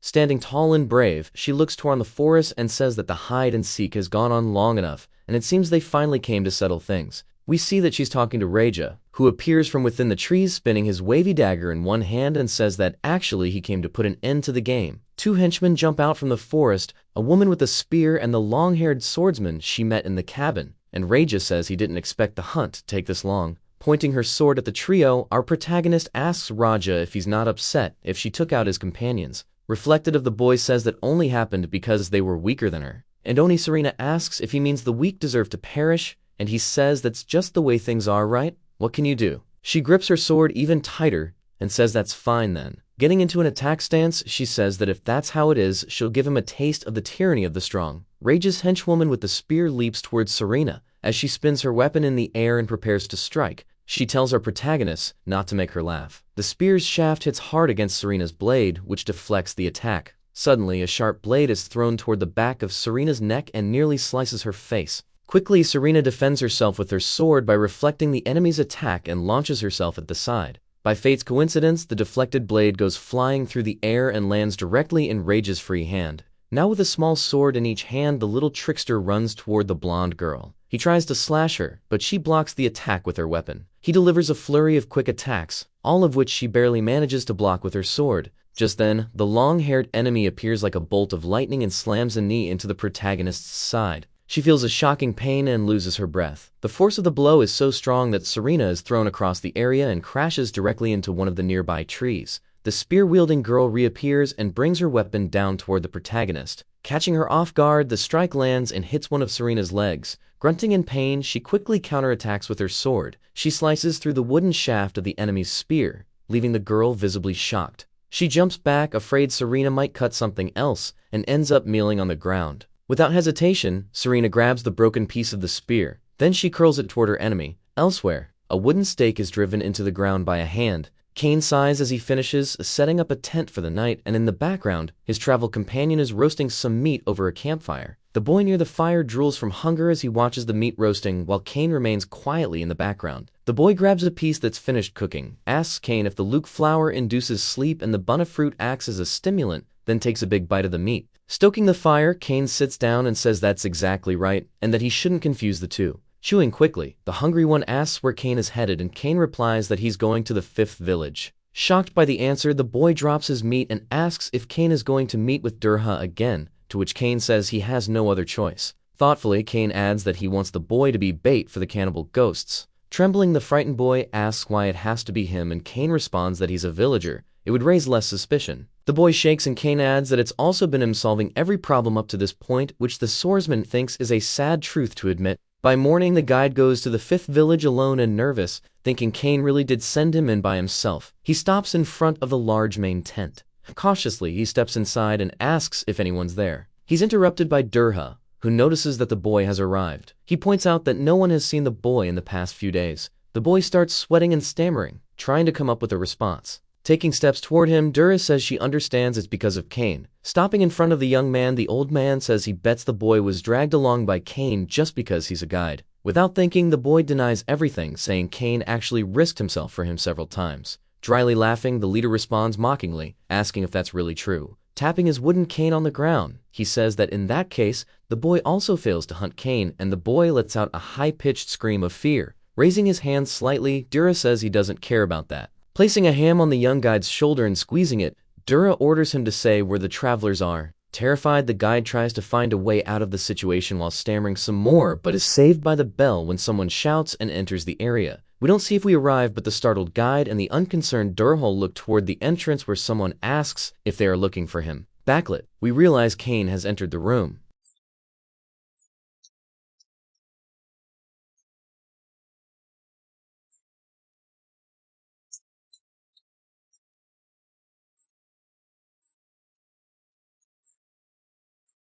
Durha and the guide run with precision, the leader taking the lead in the chase. They stop and the guide tries to catch his breath while the old man fixes his gaze ahead. In a threatening tone, he asks how long Kane plans on making a fool of him. Taking a few sips from a bottle, Kane stops to reply that there must be some kind of misunderstanding going on here. We see he's sitting on top of a wooden barrier, while the other two stand at the base of the large structure. Durha says he's not going to go easy anymore. No more babying in this game of tag, and pulls out his cane. Unfazed, Kane tosses the bottle aside and tells the mosquito airport to do whatever he wants. Looking down at the two below, Kane says he just needs to do one thing first and presses a red button he's been hiding all along. Jumping quickly to a nearby rock, the barrier he was sitting on explodes. An absurd amount of water is released toward the two, and Durha is taken by surprise. Mockingly safe on top of the rock, Kane hints that maybe Durha won't even be able to come after him. The water floods the entire village, rushing past houses and trees. Amid the soaking chaos, the guide screams for help, and Durha doesn't even seem to hear. The bald man then looks toward one of the nearby houses. He jumps from the current up onto the roof of the house. Soaked, he turns to look over everything. Still holding his cane, he questions if Kane has really chosen to challenge him, raising his cane high. Quickly, the swordsman jumps from the rock to a lower rooftop. Drawing his sword, he says the plan was to lure Durha out of the village so he could clear the place out. Kane reflects that maybe he should have just threatened to blow up the barrier and forced him to surrender. But oh well, too late now. The bald guy's wet and mad. Raising his cane, the village leader summons a green aura and calls forth his wind technique. Aiming a cane, he releases a greenish whirlwind, commanding it to blow the enemy away. Kane lets out a small squeal as he narrowly avoids being hit by the wind blast and leaps onto a neighboring roof. From there, he looks at the damage Durha caused to the poor neighbor's house and thinks that if he gets hit by one of those, he's done for. Before Kane can react, Rad is already hopping rooftops like a game of hopscotch, closing the distance fast and in his thoughts. Kane begs the old man to give him time to breathe. We then discover that the village leader's cane hides a blade because he pulls it out as soon as he gets close to Kane. Kane blocks the villain's attack with his own sword and the blades clash. Kane crouches defensively, while Durha stands firm and ready to strike again. Looking at the villain, Kane seems irritated when Durha begins to speak. Durha says that Karen told him he suspected Kale was inside the demon's soul. Somewhere stops and stares intently at something. We realize it's the spear-wielding girl who is fighting Serena, now completely motionless. Our protagonist lands another strike on the opponent. She watches as the villainess falls to her knees, no longer a threat. Fast, barefoot steps approach her. She can hear them. She turns quickly but not fast enough. The long-haired enemy lands another knee strike on the girl. Strike number 2. She flies toward another tree trunk and hits with her back, losing her breath. Like a snake, Raja quickly climbs up another tree and watches. From up high, he observes the fight below with Serena breathless and the long-haired one in front of her. Preparing his 2 blades, the villain gets ready. He throws both weapons toward Serena. She quickly realizes his plan and graces herself. Extremely angry, our protagonist grabs both blades at once with her free hand. She glares furiously at the village leader and shows him the knives. Using her fire technique, she ignites both weapons. The villain instantly realizes he's in deep trouble if he doesn't act fast. She then throws one of the weapons back at him, now blazing with fire. The flaming blade speeds toward its target. But sneaky as a rat, Raja manages to dodge and jumps back down while the tree he was in catches fire. Before he can escape again, the second blade flies toward him. It seems like the end for the little trickster as the flames close in, and a long-haired man shouts Raja's name. The henchman then promptly runs toward his boss. He positions himself in front of Serena's attack, shielding Raja. He is engulfed in fierce flames and screams in agony. Raja watches in shock as his ally falls to the ground while the scent of roasted flesh fills the clearing. Fuming with anger, he clenches his teeth. Then Raja pulls the sword that was stuck in the tree trunk, the one Serena had thrown earlier. Before he can charge at the girl, he's caught off guard by a blur rushing in. A sword slices through the air. Suddenly, Raja is struck several times by Serena before he has a chance to defend himself. Building momentum to turn, she lands a powerful kick squarely on the villain, knocking the wind out of him. He flies backward and crashes to the ground in a heap. Beneath the burning trees, Serena walks up to him and stands over the crusty-eyed boy, gripping her wounds. Pointing her sword at Raja's face, our protagonist says with full confidence that she has won the game. The boy laughs with disdain and, through coughing, says it seems like she has. Lying on his back on the ground and staring up at Serena's sword, Raja says it's funny how they call them monsters when she's the real monster. Standing over the enemy, our protagonist says she's human, and he denies it, saying the way she wields the sword isn't something humans do. Amid the flames, Serena keeps her blade pointed at Raja's neck and says she has one last question. She then asks what happened to the person who was helping her. With a smile on his face, Raja suggests that if she goes to the last village, she'll find the person there. Shifting her sword into a new position, Serena notices that Raja is still smiling. He says he knew she wouldn't spare him, and Serena, ready for the final strike, grips the hilt of her sword tightly. Determined, she looks at the boy and confirms his suspicion, saying she really won't spare him. Smiling once more, he says that even so, he had fun playing the game. Serena ends the game with a single strike. She hears the sound of the burning tree and returns to freely holding her sword, now no longer so clean. She looks one last time at Raja on the ground, motionless.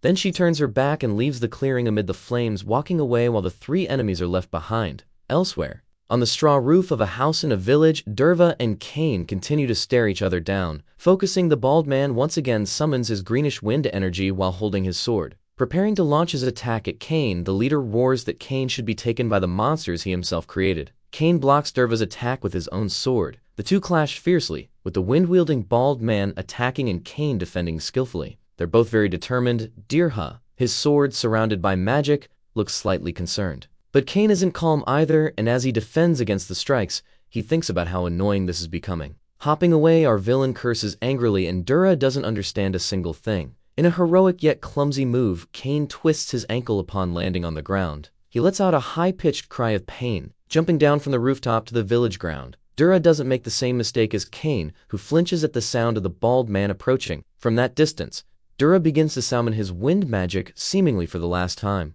Kane looks slightly desperate as he glances back and sees the scene. Preparing to launch the sharp wind magic with full force, Durva calls for divine punishment to fall upon Kane. He then unleashes a massive attack toward our villain, who can't get out of the way in time. The wind is so strong it knocks the sword out of Kane's hand, and he uses his arms to shield his eyes. The magic hits him head-on with intense force. He's thrown far and ends up crashing through the wall of the house. In shock, our protagonist mentally complains about his aching back. Watching the damage he caused to the house, Durva stands still. From within the wrecked home, Kane looks at the enemy from a distance, trying to spot him inside. He tries to catch his breath after being used like a baseball. Reaching for an hilt of his sword, Kane asked Balshak to make him invisible. His dark aura begins to drift through the area. It passes by Durva, who senses something unusual nearby. But a few meters away from Durva, Kane's wounds cause him to become visible again, and he coughs. That makes Durva turn and promptly summon his wind attack again. He uses his sword to aim and launch the green hurricane once more at Kane. Kane, still unsteady from before, begins to think,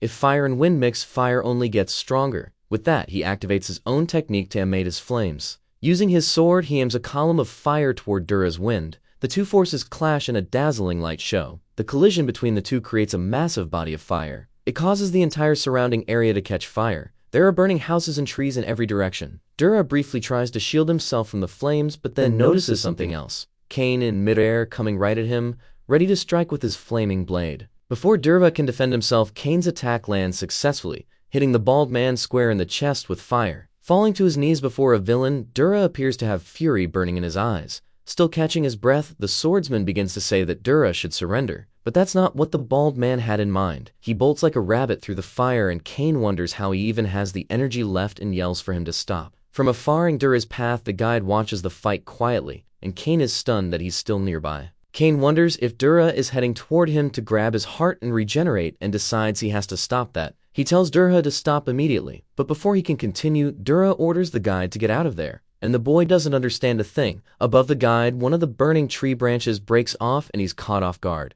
The branch falls fast toward the guide and it looks like he's done for. A hand reaches through the air toward the boy and a shout is heard just before the impact. Kneeling beside the burning branch, Dura is on his knees next to the young guide, having saved him just in time. Coughing weakly, Dura hears the boy asking if he's okay, and he says yes. Standing, Cain watches the two of them with his sword ready. The swordsman then walks toward the pair. He questions Dura, asking if it wouldn't be better for him to choose between being the guardian or the leader of the southern forest, and to do the job right. The old man doesn't fully understand the question and turns to Cain. Cain explains, saying he thought Dura would finish off anyone out of rage for the village being destroyed, but he can't. Our villain points out that Dura chose to save the guide and that he clearly cares about the forest, leaving Dura speechless at the recognition from his enemy. Cain is surprised when the bald man repeats his own words about the reign of fear feeding on life, and Dura says that advice will stay with him. Our protagonist extends his hand to his opponent. Standing beside him, Cain suggests they put an end to the fight, and inside he's begging for it, because everything hurts and he desperately needs some pain relief. Taking our guy's hand, Dura stands up and says he has no choice. The guy clasped his hands in joy when the chief says the southern forest will be an ally. Acting super cool, Cain sheathes his sword and says that sounds good and all, but inside he's celebrating the fact he doesn't have to fight anymore. Darum walks past him and says he has to start fixing the damage caused, and also asks Cain to inform Serena that he'll be waiting for her. Far from there, our girl stands face to face in the forest with someone we can't quite recognize. The light wind rustles Serena's hair as she looks at the figure ahead of her and says that it was all their doing. Harbor, the trader, holds a stylish little pouch and looks at her in the middle of the night. He greets her with a good evening and the boldest face imaginable. The protagonist asks why he helped her, as the moonlight shines on them both. She had thought he was on the side of the cannibals, since he was the one who introduced her to Reja, but the merchant says he had to do something about the forest ghosts. Serena asks if he was planning to fight them from the beginning, and he replies by asking if she knows what the cannibal ghosts used to be. Leaning against a tree, she looks surprised but admits she doesn't know. Sitting on the ground, he hits straight to the point and says they were enslaved people. Harba explains that they were sold dirt cheap to people from the Empire, and that even before the era of the cannibal ghosts, that place was already a lawless mess. In the past, we see people fighting one another as he narrates that war was part of everyday life for the villagers back then. The trader says prisoners and orphans were sold as slaves, and we see Reja, Aisha, Durha, and others in chains. He says that some of them later returned to the forest and tried to change things using a then unknown power, and we see Reja eating the delicious chicken heart. Back in the present, the man explains that even that wasn't enough to unite the forest, they became addicted to the power they used to try to bring everyone together. The scared man confirms that the source of that power was indeed cannibalism, and that was the price of making a deal with the devil to gain an immortal heart. Harba then says someone had to stop them, and our protagonist concludes that's why he helped, and remembers how shamelessly he even pretended not to speak her language. He agrees but says it wasn't just that, it was also a repayment for Shahada. The blonde girl looks confused, saying she thought that was just another name for the cannibal ghosts. Laughing gracefully, our sunshine merchant says that obviously it wasn't. In another flashback, we see a man with a sword searching for the cannibals 6 years ago, and the merchant narrates that they fought this guy. We see the spear woman in battle and lazy Aisha yawning, while he explains that people joined the hunt, but the man had fooled them all. The man was none other than Cain, wielding his fire sword, and Harba says he made the cannibals surrender. Back in the present, our cheerful merchant explains that this is how the legend of Shahada began. He was like a ghost who always came out on top. He happily says he just followed the footsteps described in the legend, and thanks to that story, he went from amateur to someone who learned a lot. She's shocked to realize that everything that affected the 5 villages was just a copy, but still insists on knowing what that has to do with him helping her. Curiously, the guy recognizes the sword the protagonist uses and asks if it might be the same one Shahada used. She remembers her general, and that the sword was a gift from him, and Harbo concludes that yes, the partner of the man in the legend used to call them the fifth instructor, which leaves our girl totally stunned. We get flashes of past scenes like the first fight between Kane and Serena, and when he was with Harba, who was actually the guy with Kane 6 years ago. Scratching his neck, he says people must be after him since they're still mad about losing to Shahada, and that if she didn't have the sword, he wouldn't have helped her. Surprised, our protagonist thinks that if Kane hadn't helped the merchant, and if the merchant hadn't helped her, she'd probably be having tea with Queen Elizabeth EU by now. Shaking her head to clear the thought, she says she came there on her own, and there was no avoiding a fight with them. Ripping her sword tightly, the girl thinks about how her master continues to make up for her weaknesses. Standing up, the former guide thanks her because now they have an opportunity, and she looks confused about what that might be. Smiling, he says it's the chance to bring peace back once again. Our girl smiles sincerely in return of the boy. Carrie, as the friendly young man, asks what she plans to do from there on, and she replies that she's going to train even harder. He's stunned by the revelation and asks if she still needs more training, and she says she still has a lot to improve. As the day begins to brighten, she was on saying there's something she would like to find if possible. The girl and the guide say their goodbyes as she thinks about how Harbor made her realize just how much she still needs to grow. As she walks through the forest, Serena says that to make up for that, she'll continue refining her skills. Looking at the new rising sun, the girl thinks she's finally made her decision. Continuing her walk, our protagonist confirms that she'll keep searching for traces Kane left behind in the world. Smiling, she's certain that even after having died 3 years ago, the marks he left before they met are still out there, even if she can't see him anymore. Elsewhere, Kane is standing in the forest at night when someone approaches, saying they're impressed by what he accomplished, even if he hadn't managed that. From between the trees emerges a woman with short black hair, saying it was a great job, and the fire during the battle was impressive too. Irritated, he realizes she's been watching the whole time, and thinks to himself that those scoundrels gave him this mission as soon as he joined the group. The mysterious woman smiles, confirming his suspicions, and rummages through one of her coat pockets. She pulls out a folded piece of paper and hands it to him, saying it's his next mission, which he thinks is absurd, considering he'd just finished the last one. Without hesitation, he takes the paper from her hand and opens it to read what's written. We don't see what it says, but he shoots her a stunned look. Smiling coldly, she asks if he's surprised by the orders. He says he didn't expect to receive a mission like this, and she replies that every good swordsman must pass on their skills to the next generation, and he's shocked. The woman says they'll be sent together, Kane as the fifth instructor, and her as the first, something he doesn't respond to, but thinks is obvious since she was the one keeping an eye on him. The sun begins to rise, and she notes that it's time to go. Ripping her sword's hilt, the one calls our villain's attention to one more thing. She then draws her weapon with one hand and uses it to slice clean through the trunk of a massive tree next to them, startling the man. The wood cracks under the power of the fresh strike. With a sharp snap, the trunk breaks apart, revealing that behind the tree was the guide, Harba, standing still and listening to everything. The woman's strike passed through the tree and hit him in the chest, causing him to fall. Kane is shocked by the sight, realizing the guide hadn't left yet. Walking toward the fallen boy, the woman says that walls have ears, but that she could handle this particular ear. Our villain then rushes to grab the woman's hand, asking her to wait a moment. Menacingly, she gives him a chilling look as she asks what he wants, and our villain thinks to himself how terrifying she is. Hesitant, he explains that the peace they'd achieved could fall apart at any moment, and they needed someone keeping an eye on the forest rulers for them. Lying on the ground, hurting badly, Harma hears Kane say that besides all that, the boy was his guide. Shrugging and turning to leave, the woman leaves the guide in Kane's care. Giving one last look over her shoulder of the dark-haired woman, says she'd be seeing him soon, and calls him fifth instructor. He shivers but replies that they will, calling her first. Tired after taking a hit to the chest, the guide asks why our villain spared him. Sitting beside him and pulling the bag from his shoulder, Kane explains that he needs to keep being a guide, and thinks that teaming up with other villains never ends well. Next we see Harba bandaged up. Our villain took care of his wounds, and the guide says he'll never forget this debt. Standing up, the swordsman says he can repay it later.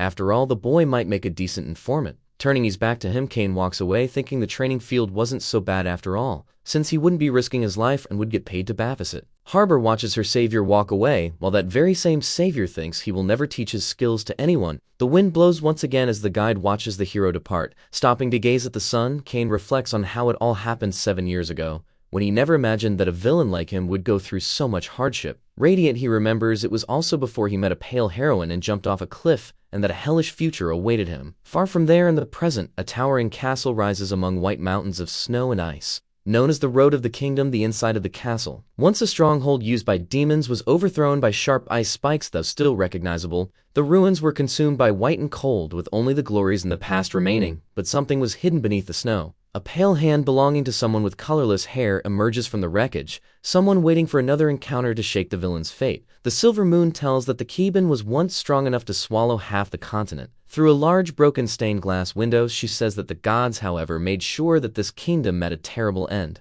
An empty and forgotten throne amidst the ice reveals that the name of this place was the Road of the Kingdom. In a flashback, we see pointy-eared people running in fear through the fire. Amidst the flames, a long white-haired girl with violet eyes pleads in her thoughts not to be left alone. In the present, we realize it wasn't the moon narrating, but the same girl from the flashback, buried up to her waist in the cold snow. She remembers being alone for a long time, until an unknown man came to her and dug her out. Unyielding, she kneels as she asks who that man is. Kneeling in front of her, the man in blue cape says his name is Code Rel Spin. It is revealed that the man is actually Cain as Ronard, and he asks back for the name of the white-haired girl. Still wondering who this guy is, the girl says her name is Eris and questions why he came to those ruins. Both kneeling on the floor of a hall, he asks if she's the only one left there, to which she replies yes. The man then removes his blue cape and throws it over the girl to shield her from the cold. He then asks if she would like to come with him, surprised if she locks eyes with him and wonders what's up with this man and whether he pities her.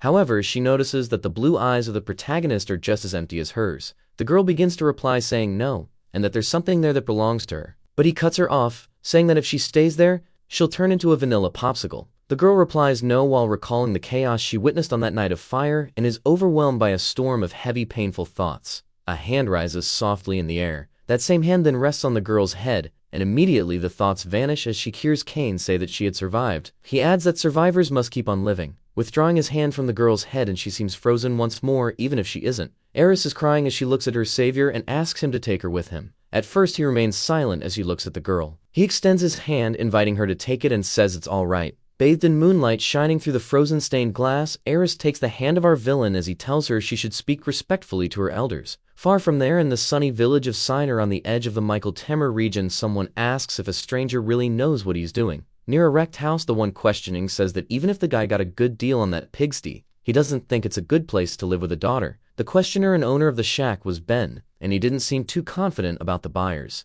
Those buyers, revealed to be Eris and Cain, are standing in front of the house, and the man says the condition of the house doesn't matter. Turning to walk toward the building, our villain wonders what kind of madness it is to think she was his daughter, considering they didn't even look alike and she was a servant. Breaking a bit more of the house, the swordsman tells the owner that he needs a few things to make repairs, and Ben replies that he should call a professional. Turning to the man, he finishes breaking a wooden beam and asked for the tools. After all, the owner wasn't about to open his wallet to pay a proper builder, right? Putting his hands to work, our Bob, the builder in training, uses a saw to cut some wood planks. He also hammers a few nails here and there, quite the little carpenter. Surprised, the owner seems pleased as he says Cain was a pro after all, and Ares is shocked by the fact that the dump actually looks livable now. As the one-man construction job continues, Ben tells the girl that it'll take a while and she could wait at the inn. Shaking her head, and she says she's just fine hanging around there. To herself, the girl thinks she doesn't need to be there, but she'd rather stay. While Banashun, she's just shy and explains he can't stay away from the inn too long.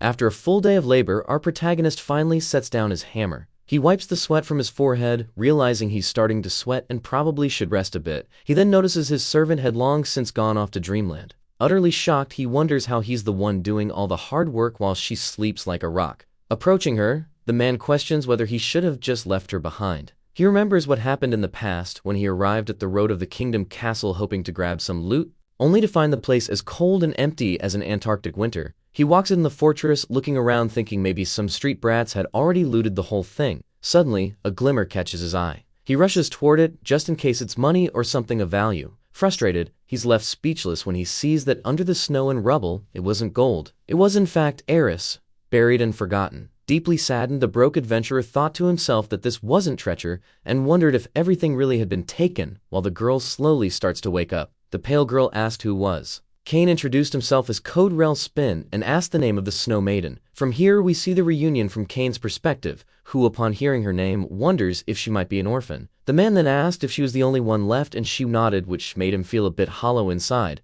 realizing the place really had been picked clean. Pensive, he began reflecting that there was nothing left to steal, and that he was way too broke to retire, so there was only one option left, Throwing his cape over the girl to warm her, our protagonist asked if she would like to join him, and we find out his real intention was at least to gain a servant. Back in the present, he once again covers the sleeping white-haired beauty with his cape, visibly annoyed. Talking to himself, he says he was going to share the food he brought with her, but now he's going to eat it all by himself. Then he is all math genius mode like that one meme, confused when he doesn't see his lunchbox and wonders where his ham sandwich went. From a distance, he sees a cute little fox with his lunchbox in its mouth. After a long moment of silence, Kane yells that the furry thing stole his food. This scares the animal, which bolts off running, and our protagonist takes off after it, shouting at it. The little orange creature runs for its life with the big guy on its tail yelling for it to stop. What a sight! The fox pup dashes near some bushes, with the man now panting behind it. Finally, the swordsman manages to grab the little animal in his hands, but he's out of breath by the time he does. In a threatening tone, he tells the little fox that it made an old man run in the middle of the night, and that's gonna cost something. Terrified, the creature squirms and thrashes, making tiny fox noises,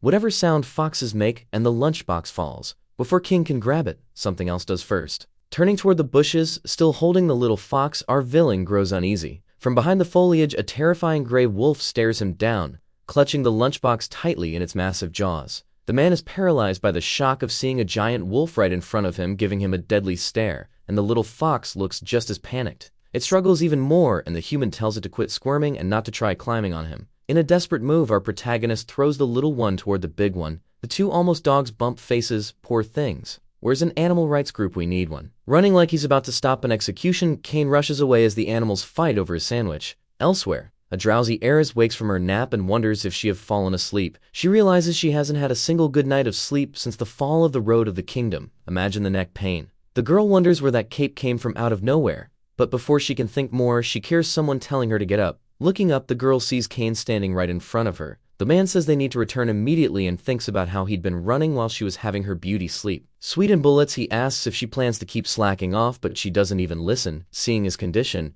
she thinks he's freezing to death and yet still chose to cover her. She says she's coming as she tries to get to her feet. With his back turned to her, he's grumbling about how that wolf ruined his retirement plans and that he can't even sell the shack now, while she's thinking she never asked for his kindness anyway. Annoyed, the man thinks about how that brazen wolf not only lowered the house's value, but also stole fox pelt he found. Meanwhile, the girl, totally misunderstanding, wonders why he's been so kind to her. She wraps herself up in the man's blue cape. Reflective, Aries looks at the ground and thinks she really doesn't like him all that much. As the two walk together, Kane is plotting how he's going to deal with the wolf next time. In a kitchen, someone calls out to Aries, who's using a spoon to stir something in a large pot. Nervously, the innkeeper points to the same pot and asks if that's supposed to be food. Irritated, she says it's for when Code gets back and wonders why he's making that face. Sweating, the mustachioed man awkwardly gives her a hesitant, "Oh, okay." Slamming the lid on the pot, the irritated girl asks him where they wash the clothes, and he's startled, asking if she wants to do that too.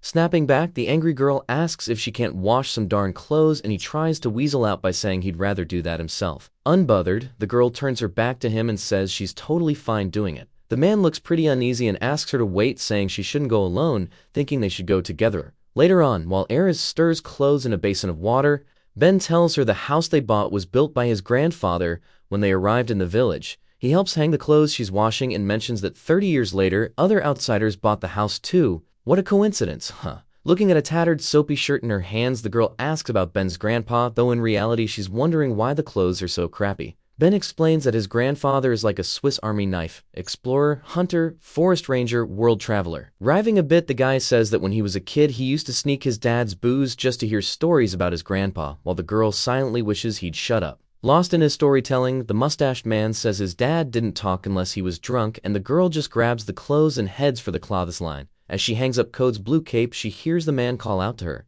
She looks at Ben, who asks if those were all of Code's clothes, and she says yes. He gives her a slightly sympathetic look and says he'll check if he has any spare clothes to lend, something the girl doesn't quite understand. Later, we see them at a little cottage with a chimney in a forest clearing. A healthy-looking, bearded old man introduces himself as Grandpa, the forest ranger, and reaches out a hand, saying he heard they needed something. We see him talking to Code, who shakes the old man's hand while thinking he looks strangely familiar and says Betten sent him. A swordsman says he heard Grandpa used to be a treasure hunter, and that he'd like to buy the old gear he used. The man says he doesn't use any of that stuff anymore, and since Code doesn't look like a brat, he can just take it for free. Kane silently celebrates the savings. Opening a door, the old man tells Kane he can take whatever he wants. The room is practically empty except for cobwebs and a few cleaning tools, and Kane thinks everything really does look ancient. Stepping further in, Code inspects the gear. He thinks the bow is practically a mummy but still works, and that the gloves look like they were made for climbing. Grabbing a weird red vial from a shelf, our hero recognizes it as a pretty potent poison. He wonders what something like that is doing in a remote place like this,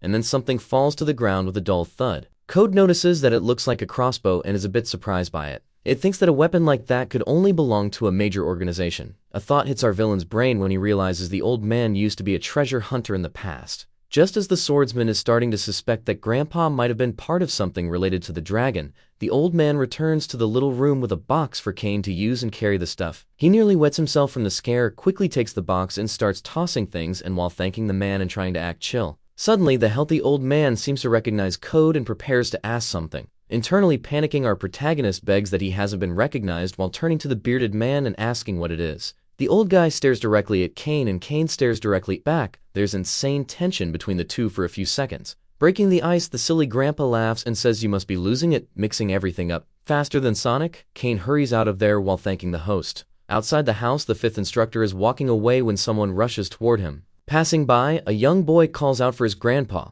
while the adult mutters to himself how, all places, he had to end up here. Arriving on foot at his new home, the adventurer is greeted by Ben, who tells him to drop his stuff because they need to have a little chat. Kane says nothing, but he's definitely thinking that this can't possibly be another hassle. And he's right, and nearly dies of shock when he sees what the mustached man shows him. Looking at his clothes hanging on the line, completely destroyed, the protagonist stops breathing for a few seconds, thinking about how expensive and rare they were. The mustached man offers him some of his own clothes, but Kane doesn't even hear him as he caresses his ruined garments. While the guy's soul leaves his body in despair, the owner of the place says there's also something to discuss about the inn's kitchen. Instead of saying what it is, he decides to show the protagonist, who's still broken over the clothes. The two walk through the kitchen door, one more alive than the other. Inside, the scene looks like a war lost by both sides. So much destruction, it's like the tornado that took Dorothy Oz stopped there first. Kane wonders what the hell happened, and Ben says he shouldn't worry about the food, but he will need money for repairs. Almost fainting and feeling sick, our favorite cheapskate hands over some cash to the innkeeper and thanks him with a forced smile. Still on the verge of collapse, Code says he's heading home, and the mustache man bids him goodbye. When he gets home, our furious man finds Aries chilling and mentally calls her a dummy. Calling her name, he thinks about how much money he's already lost because of this girl. He asks if she's made dinner yet, and she looks at him attentively. Proudly, she stands up and says it's obvious, she knows how to cook. We then see her serving up a gooey mess that looks like purple mush with random chunks in it. Our hero braces himself for his toughest battle yet as he faces the dish that smells like the dark side of heaven.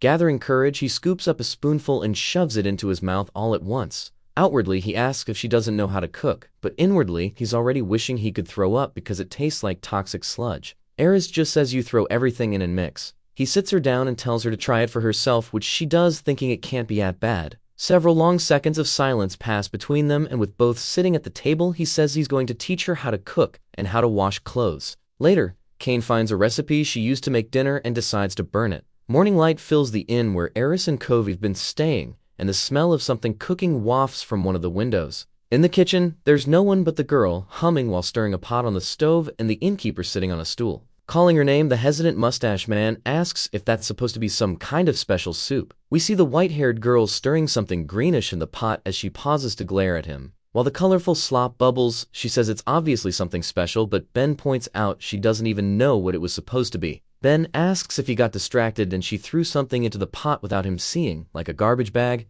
and she replies that she threw in one of his underwear, but he just laughs. He says this is a business, he needs people to eat there and not walk out puking, and outside people think the house is on fire. The innkeeper says he opened all the windows to air out that stench, and that not even doing the dishes helps anymore, they'd be better off just throwing it all out, while Aris thinks about hitting him with a ladle. He suggests she try again tomorrow since she wants to impress Code, but she says she doesn't want to try anything anymore. He encourages the girl, saying she learned to make ice really fast, and this was her first time making some kind of soup. As he explains that cooking isn't easy, the food starts bubbling loudly, almost like a calf being born. He tries to stay focused, but thinks it's better to destroy the pot before it turns into a monster and swallows everyone whole. Aries can tell he's thinking about something else, but he tries to act like he isn't. Ben tells the girl that what matters is the intention, and that Ko will be happy. But then an unknown group barges in. A hooded figure calls for the owner of the place while grinning. The group is armed with swords, and the leader orders food and drinks to be brought to them, while the others try to breathe through the smoke hanging in the air. Ben tells him to just sit down and he'll bring everything soon, while the white-haired girl clearly doesn't like the new customers.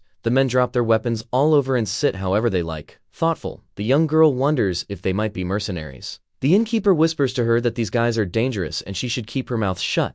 And before she can offer to help with the food, he says absolutely not. Faster than an arrow, the mustache man serves his new customers with impressive speed while she simply watches. Aries notices that the weird men are drinking lots of sugarcane juice and shouting that it's amazing, and Ben dances around with a pig on his head. While the girl stirs the pot thinking about how fast the old guy is, she hears the men saying no one's going to find them there and that they should stick around a while. One of them replies that he doesn't want to spend a whole year in that godforsaken place just because of what happened with the road of the kingdom, and our protagonist perks up the mention. Another says they only did well thanks to that mess, and the leader comments they're only in hiding because of that defeat, and the girl burns with anger at their laughter. One man says who would have thought they'd fall at a house of cards, and the others laugh saying the plan was to deceive them, but they ended up falling all on their own. The group jokes that they should have stolen more from them, sold the women as slaves, and a rumor said everyone had gone to party with Michael Jackson. One of them jokes they'll get cursed if they keep talking, and Eris hears everything from the kitchen as she looks at the slop and considers serving it to them. Finally, one of the drunks raises another mug and says he has something to say. He comments there was something really off about that family, which seems to be the last straw for the girl in the kitchen. Something flies through the air and hits a spiky-haired guy square in the head just as he starts singing a pop song, leaving everyone in shock. They're kind of thankful someone put the guy to sleep, but also wondering who the hero of the night is. A small girl appears before them and tells them to apologize for what they said, and also for the songs they sang, and the men look surprised. Grating her teeth, Eris demands again that they apologize. With a threatening shout, she orders them to do it immediately. Elsewhere, Kane suddenly opens his eyes with terrifying speed. He's in bed and quickly sits up, trying to understand what's going on. His head senses something is wrong, but then everything starts spinning. He nearly loses his lunch, feeling horribly nauseated. He trembles under the blankets and groans in agony, and we find out he's had a stomachache for days, partly his own fault, and most of it was because of a rotten food Eris, part making him eat. He even interrupted my narration to ask if I'd lost my mind saying that, but I'm just being honest. Once upon a time, not long ago at all, there was a white-haired girl who summoned a truly wicked dish and dared to call it dinner. The poor villain didn't want to waste the food because he had spent money on the ingredients, so he ate every last bite to grow strong. Little did he know that if this were the Bible, that would have been the almost Last Supper, because it led to a brutal case of food poisoning. And then there were his clothes, which were ruined by the same girl, and thanks to the lack of warm layers he caught a nasty flu. And that's how the story went. A few days it passed in that miserable state, and Kane couldn't help but curse the girl under his breath for knocking him out for days. In his room, medicinal herbs and towels were scattered around, and he thought about how he could have ended up being interviewed by a game show host if he weren't such a skilled villain. His sword had been used to chop wood, and the fireplace burned all night with that and the last scraps of his expensive clothes. Still dizzy, he thought about how she had destroyed him without even being a hero. What a devil. Pausing to think, Kane noticed the house was far too quiet, more than he liked, and assumed the girl had either gone out or was preparing something. He lay there quietly in bed, still sick and deep in thought. Turning in bed, our protagonist muttered that he didn't care what was happening. He convinced himself that he had to rest, and that he wasn't going to set one foot out of bed, even if something fishy was going on, and his stomach was crying. Standing up in bed again, the instructor thought in silence and eventually decided he needed to eat something. Getting up and stepping out of the room, he thought he'd grab something simple and quick to eat. Looking down the hallway, the man hesitated. He thought the corridor looked like the light at the end of the tunnel, and he really didn't feel like walking through it, and it was all dark anyway because Ben was stingy. Walking down the hallway, he chose to just go before passing out from hunger. Approaching the end of the hallway, Kane started thinking to himself and came to a conclusion. Lowering his head, he admitted he'd let his guard down because of the girl and wondered if he'd made a mistake bringing her along. While he was lost in thought about how his retirement plan had gone down the drain, shouting echoed from the inn's common room. Just before grabbing the railing, our protagonist heard someone yelling, calling someone else a stinky brat. He grumbled at the noise, and everyone in the room suddenly went silent. Locking his eyes on Eris, the so-called stinky brat, she, along with everyone else, locked eyes on him. Everyone froze, completely silent. With a soft voice, Eris asked what he was doing standing up while tension filled the air. Imposing even while sick, the instructor looked at the rowdy men in the hall, and their leader returned the stare with a smirk. His men were nervous, and he wanted to know who the hell Kane was. Thinking hard, the cowardly leader wondered how long the guy had been standing there, and if he was a knight or some mercenary. Absolutely terrified just by the sight of the sickly guest, the gang leader thought that if they slipped up, they'd be toast. The scar-faced guy even considered resorting to their secret weapon. With a deadly look, our protagonists seemed to take in every little movement the men made below. They all trembled in fear, like tiny, shaky little dogs. Behind the men, the small, white-haired girl told Kane not to stop. Brave, she clenched her fists and declared that she was going to beat those thugs up herself. The ugly guy looked at the girl with contempt and let out a few laughs. He turned to the man on the second floor who had just arrived and asked if he was the brat's dad. Paralyzed with fear at his very core, the scarred man told Kane to stop acting tough and come down before he lost his temper. Kane simply stared in silence. While walking down the stairs, he thought about how it had all been a domino effect, from the diarrhea and the flu to standing in that hall now surrounded by mercenaries. Back to back with the girl, our villain thought about how he just wanted something to eat and didn't even bring his sword, and maybe he should apologize. Kane figured he was about to get his butt kicked, while the men stared him down and asked why he was getting involved if he wasn't even related to the little troublemaker. With a look and a slight nod, like a game of charades, the swordsman suggested the girl distract them so he can make a run for it. The girl looks hesitant and scared as the man conveys his message. And in the end, she says she understands his look and that she won't do anything since he asked her not to, leaving our protagonist shocked at how bad she is at charades. Trying to start a conversation, the bandit leader admits they're mercenaries and asks what Kane is. Firmly, our hero says he's not obligated to tell a gossip anything, especially since he's just an old retired guy who doesn't do much. The maid then tries to learn the instructor's name, but again gets no answer as our protagonist doesn't want a loudmouth knowing who he is. The boy band crew gets riled up seeing their boss getting shut down and calls our hero a flop with no solo hits. They also say to boycott him and take all his fans and the girls too, but neither she nor the boss seem into the drama. Turning to his henchmen, the leader says there's no need for all that activism and that he'll use the secret weapon, causing them all to tremble in fear. Our hero's instincts scream that something bad is coming, though he doesn't know what. While the Scarface boss mutters at the boy band is exhausting. He goes on saying it's hard to control so many weird guys at once that are always trying to pull something, while Ares clings to Kane and both of them eye the loudmouth. Showing off his shiny brass knockoff jewelry from Shein, the guy grins creepily and says that defeating the two of them will keep him at the top of the group. Claiming to the instructor, the girl asks if that cheap trinket does any magic. Going full psycho mode, the ugly guy says it's the most rocking magic of them all. Then he activates his technique and orders it to finish them off, unleashing a surge of purple energy from the jewel. That same purple force charges toward our protagonist at high speed, just like a Formula 1 car, and they stand still. Terrified, the girl screams for mercy, while Kane only clenches his teeth before the impact. A massive show of purple lights erupts like a grape juice explosion all over the place. A heavy silence fills the room, and once the dust settles, the entire space is utterly wrecked. Wine barrels leak everywhere, which is definitely going to be a huge loss for Mr. Mustache. The boy band guys are frozen, shocked by how their silly fight escalated. The scorned man stays still, waiting to see if there will be a counterattack. Smirking slyly, he calls out to his opponent. Ares opens her eyes, fully expecting to be having lunch with Bambi's mom, and realizes she's completely unharmed, right as the bandit leader asks Buccaneers. With eyes sparkling in admiration, the girl reflects on how magic has evil origins and how humans fear dark magic users. Her savior stands frozen in front of her like a wall, and she wonders how he doesn't even flinch in front of a mage. He must be even weirder. Shaking his head to brush off the dust, our villain doesn't seem too pleased with the attack. Internally, we see him have a mini meltdown, thinking he almost ended up starring a soap opera. We learn he only dodged the blast because he ducked just in time, and the attack zipped over his head like a frisbee. He didn't realize it was that dangerous. Neither of the protagonists says anything, but Eris is clearly confused, and he figures she survived just because she's small, when in truth, she used a shield without even knowing it. Our pale blue-eyed anti-hero seizes the moment and asks the enemy if that was really all he could do.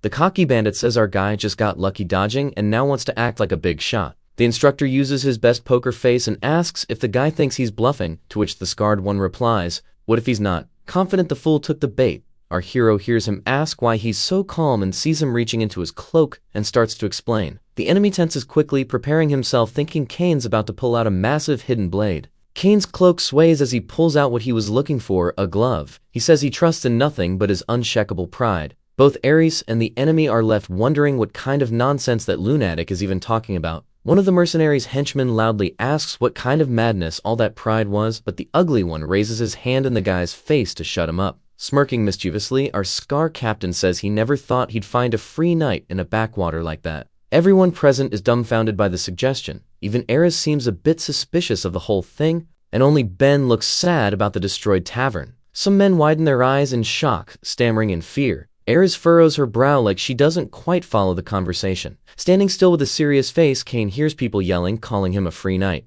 We learn that free knights are basically an old wives' tale about a group of men who had no leader, yet were an organized force. They were basically like the Freemasons. The only thing known for sure about them was that they were as skilled as monsters. We see on Kane's glove a symbol similar to that of the Freemason organization, a crest with two crossed swords in front. The banner leader starts trembling all over, sweating cold. Our hero stands as unshaken as ever, simply waiting to see what happens next. To everyone's shock, the ugly one says in a velvety voice that they should forget everything that just happened. One of the henchmen says he's not getting the message, and the captain replies that there's no other way since they're in the presence of a free knight. He tells them to obey. Surprising everyone, our girl finally speaks up and says she's still waiting for an apology from the loudmouths. Without saying a word, Kane draws Eris' attention as he starts walking away with calm steps. As she stands there alone, he tells her to come with him. She doesn't move, just stays lost in thought about everything. After much hesitation, she turns around and begins to follow her protector. Mockingly, the bandit leader tells her to take care and calls her a brat. As he gets ready to take another sip of his barley juice, he says the knight won't always be there to save her. She climbs the stairs without replying, deeply affected by everything, while Ben is left to deal with the rowdy thugs. Long steps make the wooden floor creak, and soon a heavy door closes shut. Standing behind the door after re-entering his room, Kane stares intensely at the floor. Shifting his gaze around the room, he prays alone to the demon saints, the protectors of villains. Quietly, our protagonist says he's going to make a very special request to them. With adrenaline pounding in his chest, he says he hopes those same demons end up at a Luisa Sansa concert to learn what real punishment feels like. The man wonders if it was too much to ask for just a snack, if it really took sending a gang of mercenaries to give him a heart attack and stop him from eating. Thinking of the group's leader, he emphasizes the question of whether it was necessary to send a mage on top of it all. Kane recalls he almost got into serious trouble for having left his sword in the room, but luckily his bluffing and acting skills saved him. He also pauses to reflect on the gloves he put on. Laughing with relief, our hero says he just grabbed them from some random spot because he had nothing else to wear, and he's thankful that his past was useful for once. His stomach and intestines twist and growl, and he concludes it's best to rest, stumbling clumsily to an armchair. He drops his weight into it, relaxing and sighing with his eyes closed. Opening them again, the man decides to review what just happened. Images begin to flash through his mind, like when he tricked the mercenaries with the glove and the free knight's story. Kane concludes that even though using that wild card was risky, it was a relief to see the bandits didn't know much about the knights. Remembering the guy with the ring, he reflects that he needs to be careful. If someone finds out he's not a real knight, he'd be in danger. Looking at his feet, he thinks he could easily escape through one of the 9 planned escape routes. But as his belly growls like an old tractor, he admits that doing so would mean saying goodbye to his peaceful retirement. With tears running down his face from sheer nerves, he scolds himself for thinking like that and curses the bandits for messing with the life of such a kind-hearted villain. Clenching his fists, the instructor thinks all he wanted was a little food and wonders what he did wrong, and as he trembles, he doesn't even notice Eris entering the room. The creak of the door makes him turn toward the girl quickly, face stern, but she looks gloomy, and he thinks his mistake was bringing this walking disaster along. While meditating through controlled breathing, he thinks about how pathetic those men were too, for picking a fight with the girl who now watches him in silence. The protagonist tells himself to handle all of this like an adult. At the exact moment Eris calls out to him, she promptly schools him for getting involved in her business, which triggers a silent tantrum in him, thinking he never should have saved her. Before calming down, the man thinks he's going to end up in a gutter if he keeps this up, so he puts a hand on his face to get a grip. The girl opened her eyes wide when her protector asked if she'd never move on from the place she came from. The brief silence falls over them, and the girl tries to form a sentence but only manages to choke on her words. He stays quiet while the girl thinks to herself that it's impossible to forget that place as flashes from the past come rushing back. Shocked by his nerve, she just stands there staring at him the whole time. Eris tells him to repeat it to her face if he has the guts, and Kane replies that he'll say even more from where he's sitting, comfy in the armchair. Gripping the arms of the chair tightly, he tells her to bury all of that deep inside because her memories don't matter if they only keep her stuck in the past. Looking at the girl with firmness but empathy, the old man continues, saying that everything that happened can't be undone or changed. Looking back at him, Eris hears him say she needs to live in the present, and then she bursts into a deep laugh. Having a brief laughing fit, she asks if she heard him right and remembers the hall where she was found. Deeply shaken, she yells at him. How could he tell her to forget? How could he say something like that? Calm as a horse before kicking, he hits her back with a retort like it's a political debate, asking how long she's going to carry the weight of that tragedy on her shoulders. Overwhelmed by a heavy, suffocating feeling, she just stares at him with a threatening glare for a long time. With tears streaming down her face, she draws his attention to herself so he might understand. The girl starts to say that he only talks like that because he doesn't know what it was like. But the longer she looked at him, the more she realized that maybe it didn't matter if she explained it to him. Meeting the instructor's cold gaze, she thought maybe he'd never understand her, and maybe no one ever truly would. Standing there, swallowed by her pain, she thinks that only she knows what it's like to lose everything and be alone, always wanting to scream in agony, heart aching with loneliness. With heavy, hollow eyes, without saying a single word, the girl stares at Kane. She then turns toward the door and calmly walks a few steps toward it. Reaching the handle with her hand, Eris stops just before opening it. Looking at him over her shoulder, she calls him Code. Serious, the man listens as the girl asks why he brought her with him. He hesitates, and only after a few seconds does he ask her if she really needs a reason. The girl clenches her teeth, completely fed up with this guy. Before slamming the door with all of her strength, she yells for him to forget everything and calls him a big old peanut head, and he's left stunned by the drama. Calm, the man gets up and tells himself he doesn't care. He just wanted to give that ungrateful brat some advice, and she doesn't even see the value in that. Standing, he shrugs and says he'll leave the little princess alone then. Besides, he needs to finish the renovation. Time passes, and outside, the sun sets as our protagonist keeps working on the roof of his house. While dragging a final nail with a hammer, the man concludes that it's good enough now. He brushes his hair back with one hand, and striking a very stylish pose with a hammer in hand at sunset, he thanks God for finally finishing. Kane ruins the charm by remembering that the girl was upset over the little things he said, even though he brought food, got ignored by her, and did all the work himself. Before calming down, he even considers letting her sleep in the doghouse they didn't even have. He thinks about the door to her room, the one she didn't open for him, and realizes she hasn't come out in days. Thoughtful up on the roof, he comes to a conclusion. Decided, he says that even though she's already inside the house, he's not going to let her in just like that, and that she should reflect on everything he's done for her. Sitting on the roof, he says that at this rate he'll even save on food, and then he notices something more interesting. As he watches the sunset, our villain acknowledges that things are actually going pretty well, that he's at a good distance from the village, and that the forest offers some nice advantages.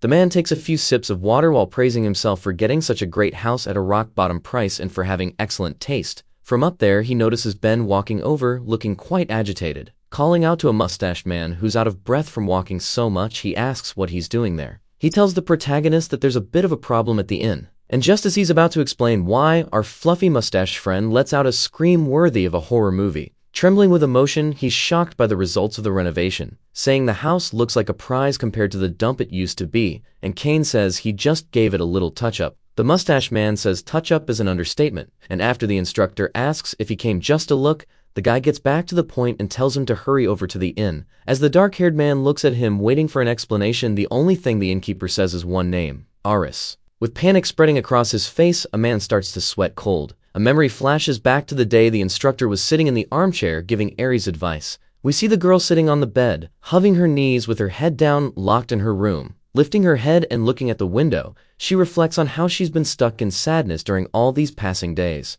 The girl notices the sunset while wrapped in a blanket. The sun looked like it was dripping and the sky looked like orange juice or a wildfire, whichever is easier to picture. Pensive with a face swollen from crying, she thinks that must be her fate too. Her memory of the throne in her home, Iris thinks she should have burned and vanished just like her kingdom. We see now that the room is empty. She seems to have gone off through the window. There are also some clothes scattered around and an overturned bag. Outside, we see Ben looking worried and trying to stop the girl from following the group of mercenaries heading to Healthy Grandpa's house. She remembers the mocking laughter of the men talking about her people and decides she's going to make them pay. Blackbirds fly over the treetops. Through the forest, strange growling noises can be heard. We see the group of mercenaries in a clearing bullying someone we can't quite see. The bandit leader looks at the man who is shoved against a tree and says that every day brings something new to learn. He seems slightly deranged up close and tells the others to take a good look at the man they've cornered. He's bruised from the push, and the bandit leader says that man used to be the best dragon hunter around and had disappeared a long time ago. We then realize the man being attacked is Healthy Grandpa, and his name is Kenner T. Lamb as the old man asks how they found out. Getting closer to the gray-haired man, the leader tells him he should watch what he says even when drunk, and Kenner says he knew one day alcohol would betray him. Looking closer, we notice Kenner is wearing a shiny ring,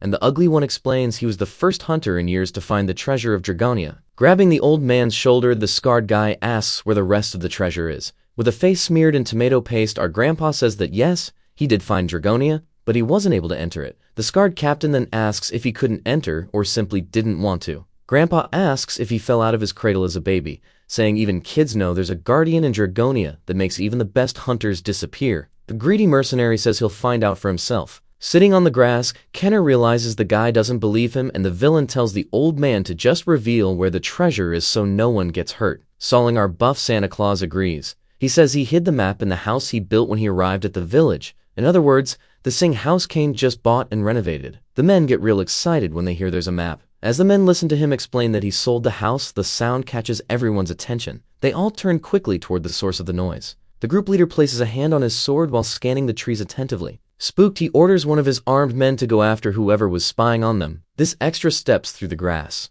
He draws his sword as he walks and begins to sweat. After walking a bit more, the man stops in front of the dense forest. Raising one of his hands, our extra seems determined. He hears the sound again and shouts, frightened, asking who's there. We see sharp teeth chewing on something until it cracks. We realize it's a fox that just walked out of Fight Club. Shocked at how much noise a fox can make, the man stands frozen. When the creature growls at him, the guy questions whether that's even a fox.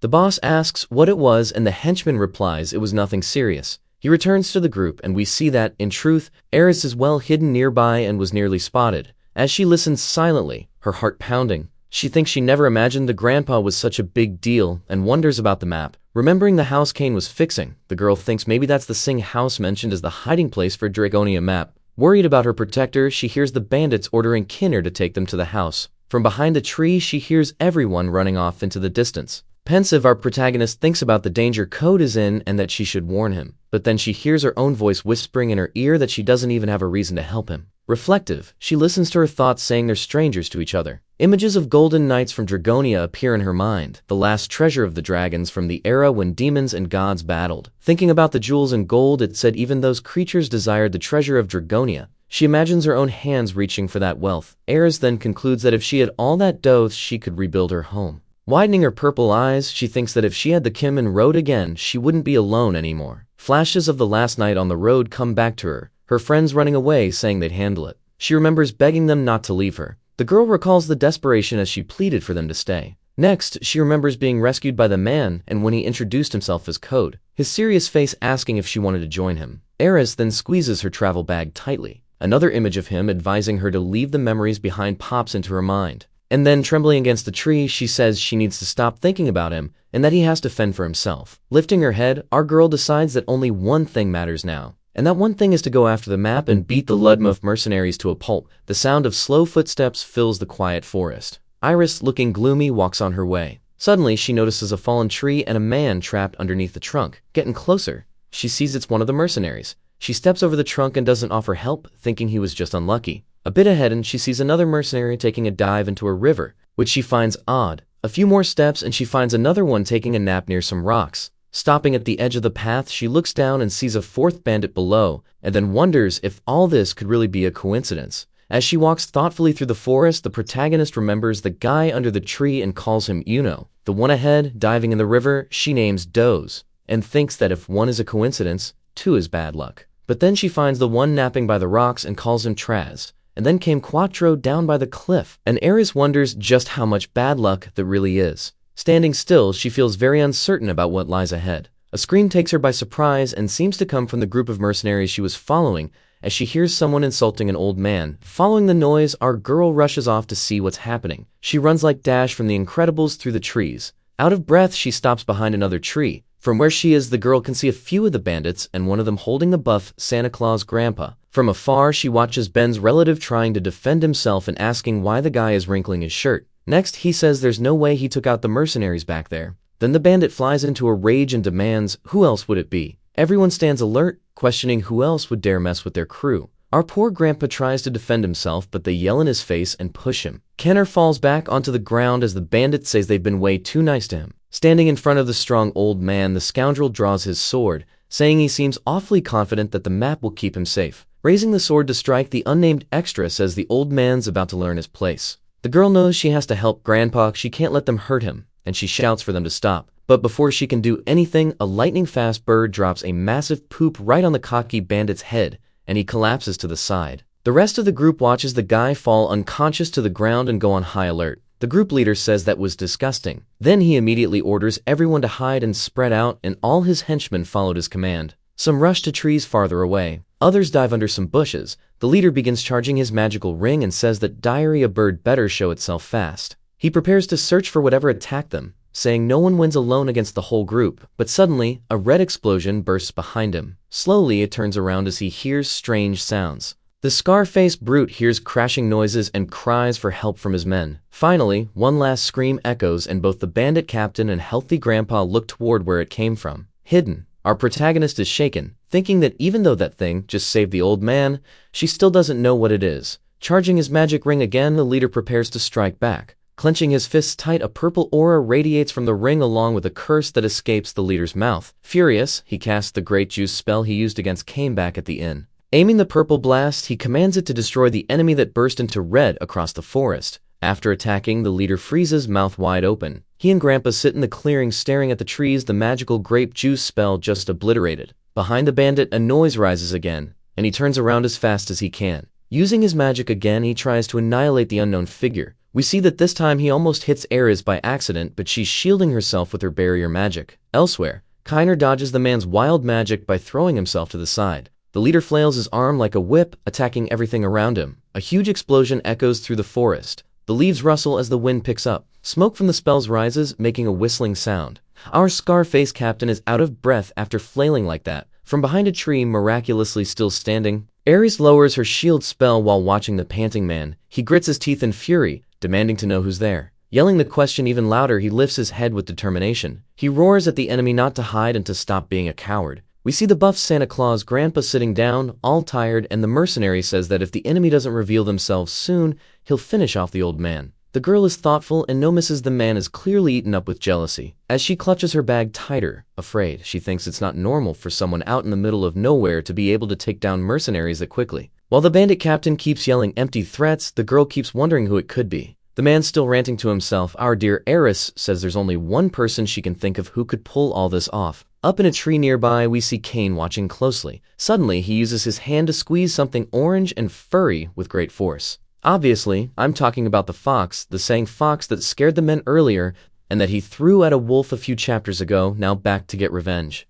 The man groans in pain as he pulls his head out of the creature's sharp jaws. With his head dripping strawberry juice, he whispers to the fox that she's way too bold and that he's going to make a scarf out of her. Hearing some chewing sounds, the man notices the big old wolf that nearly got him last time is down below, snacking on the mercenary's Ares, found knocked out. He tells the fox and the wolf to beat it because he's way too busy to deal with them right now, and the fox tries to take a few nips at him. With your Cain's scream echoes through the forest. In a flashback, we see Cain's reaction when he found out the girl had run away, and he's clearly shaken, almost depressed, without a doubt. After hearing the news, he heads to the room and sees the mess she left behind. Still quite gloomy, he thinks it makes sense. Kids spitting on the plate they ate from. Bouncing with satisfaction, the villain celebrates not having to feed two mouths anymore. But his happiness ends when he realizes she took all the money. If you look really close right there in the bag, yeah, that pocket's empty. Thinking to himself, he imagines there's a chance the mercenaries provoked the girl, or maybe she went after them on her own. The instructor thinks about the little bottle where he stored his fortune, and that regardless of how it happened, what matters is she vanished. Preparing a sharp wand, he concludes that he has to do something. Shaking the frustration, our protagonist thinks the only option left is to turn them all into pumpkins for Cinderella. Remembering the faces of that crew, he figures they're just a bunch of punks who need a good smack. They shouldn't be too much trouble. Thinking of a big drawing of a dragon, he considers setting up traps like they used to do in treasure dungeons for this group of so-called geniuses. Our protagonist thinks he could chop some trees to make them fall on someone. Or could he spike the river water with laxatives to wreck them when they go to quench their thirst? Another idea would be to pour aviation oil along the path to make them slip and fall. Banana peels would work too. Or push someone down a hill so they roll through all the mud to the bottom. In the present, our protagonist reflects on how he didn't notice any of this until about 5 of them were out of commission. But he had expected it to be easier than that. Our scared captain is still fuming and out of control with his flashy little ring. From above, the instructor looks at the enemy and thinks that after his tantrum, things just got a bit trickier. Thinking about the furry duo, he realizes how they ruined his golden opportunity to finish off the mercenary.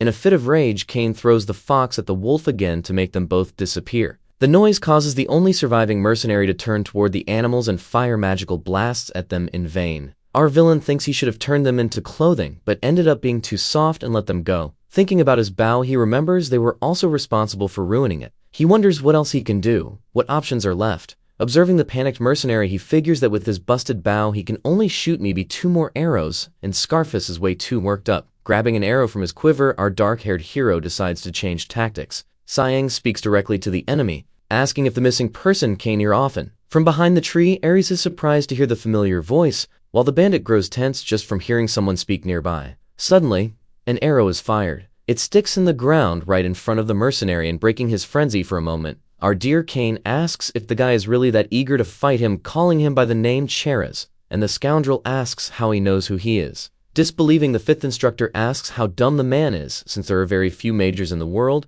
and you basically gave his powers away for free. The bandit can't tell where the voice is coming from because the villain is using a magical necklace that makes his voice echo. Murmuring in thought, Kane looks at the arrow's position. Very sharp, he realizes the difference between where it landed and where he aimed. Turning his gaze back to Cheras, he notices there's a clear shot, since the man's standing out in the open like a little goat in a field. Getting ready to fire again, our villain plans to end this once and for all. The mercenary is completely thrown off, asking what all of this is about. Before Kane can shoot, he's interrupted by the bandit asking why he's going after them. Startled, he questions why the guy would even ask that. After all, they stole his retirement money. We quickly see just how much Kane is in love with his retirement savings and all the romantic things he plans to do once he has it back. Surprised, the bandit doesn't understand when our hero asks, "Where is it?" Ares, quiet and hidden, hears the man ask what the instructor is talking about. A little foolishly, she listens to the guy explain that she vanished along with them when they left the inn and that it wasn't a coincidence, and thinks he's looking for her. While Kane explains that the reason for the theft doesn't matter, the girl scolds herself for having thought about betraying him.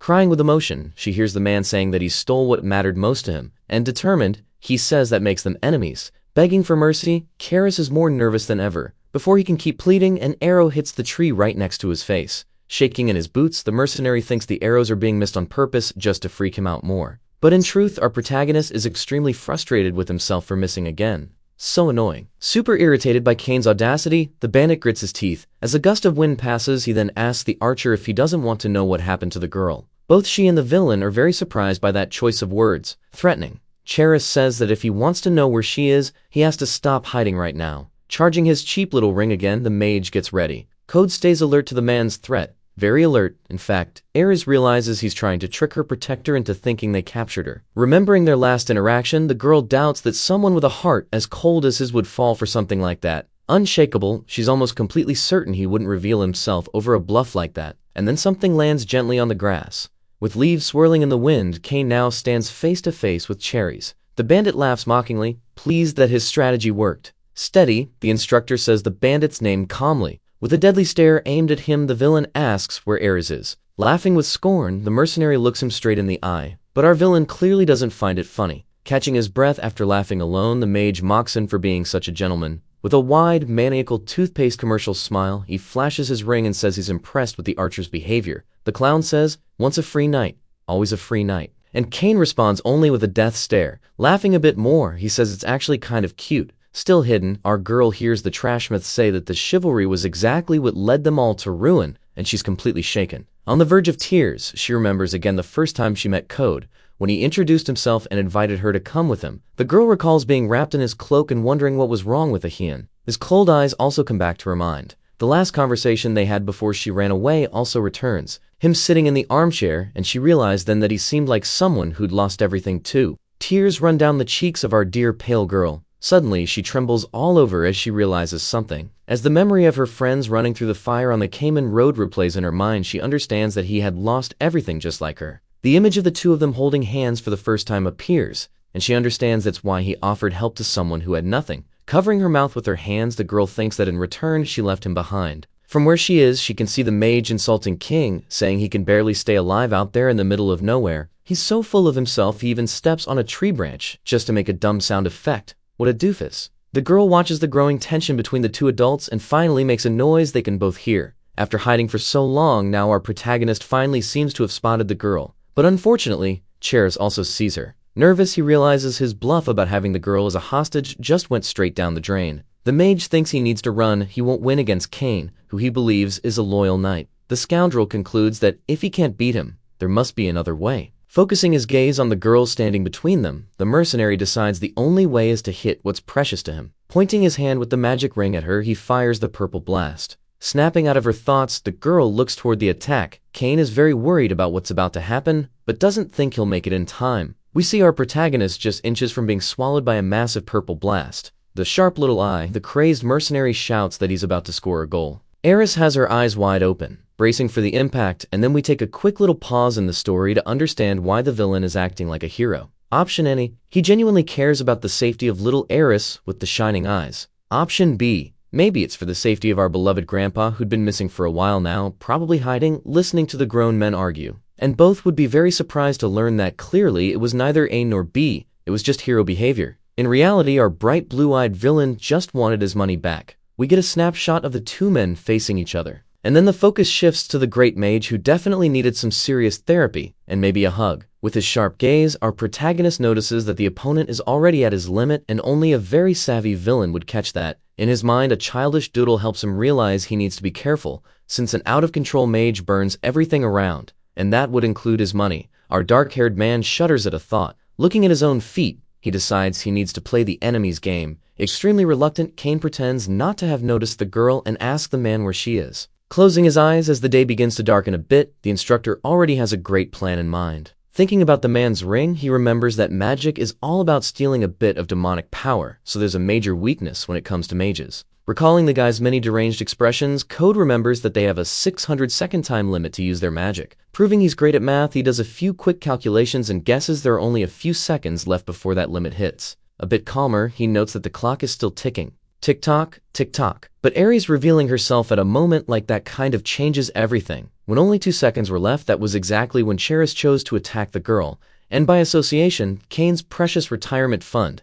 As he looked toward the girl about to be blasted into next week, he realized he had to do something to stop it. Rushing toward her, our villain had to think very fast. He drew his sword quickly while running. Like a street cat, our agile man leaped, trying to reach her in time. He swung his sword at the last moment. Kane then managed to use the blade to block the magic from hitting the girl. Crackling sounds echoed through the forest, which rustled with the force of the deflected blast. Under the moonlight, we see the instructor's hair shimmer. Eris is in someone's arms where she opens her eyes and realizes she's not in the afterlife. She then realizes she's being held by Code. Looking up at his face just above her, the protagonist calls him by the name she knows and hears him say he finally caught up to her. With her wide cat-like eyes fixed on him, she thinks about how he must have been betrayed and lost everything, and that his eyes are still so cold. Yet she nervously there's a bit of relief now in the eyes that look at her, and indeed, he's thinking that he's glad the girl is okay. We then see that his relieved gaze is actually locked entirely on the bottle with his money, not on the girl at all. While our villain thinks about how happy he is to have his cash again, the mage asks if his name is Code Realskeen, which catches our guy off guard. Shaking with emotion, the mercenary asks what he's doing in a dump like this, saying no one's heard of him since the fall of the Knights.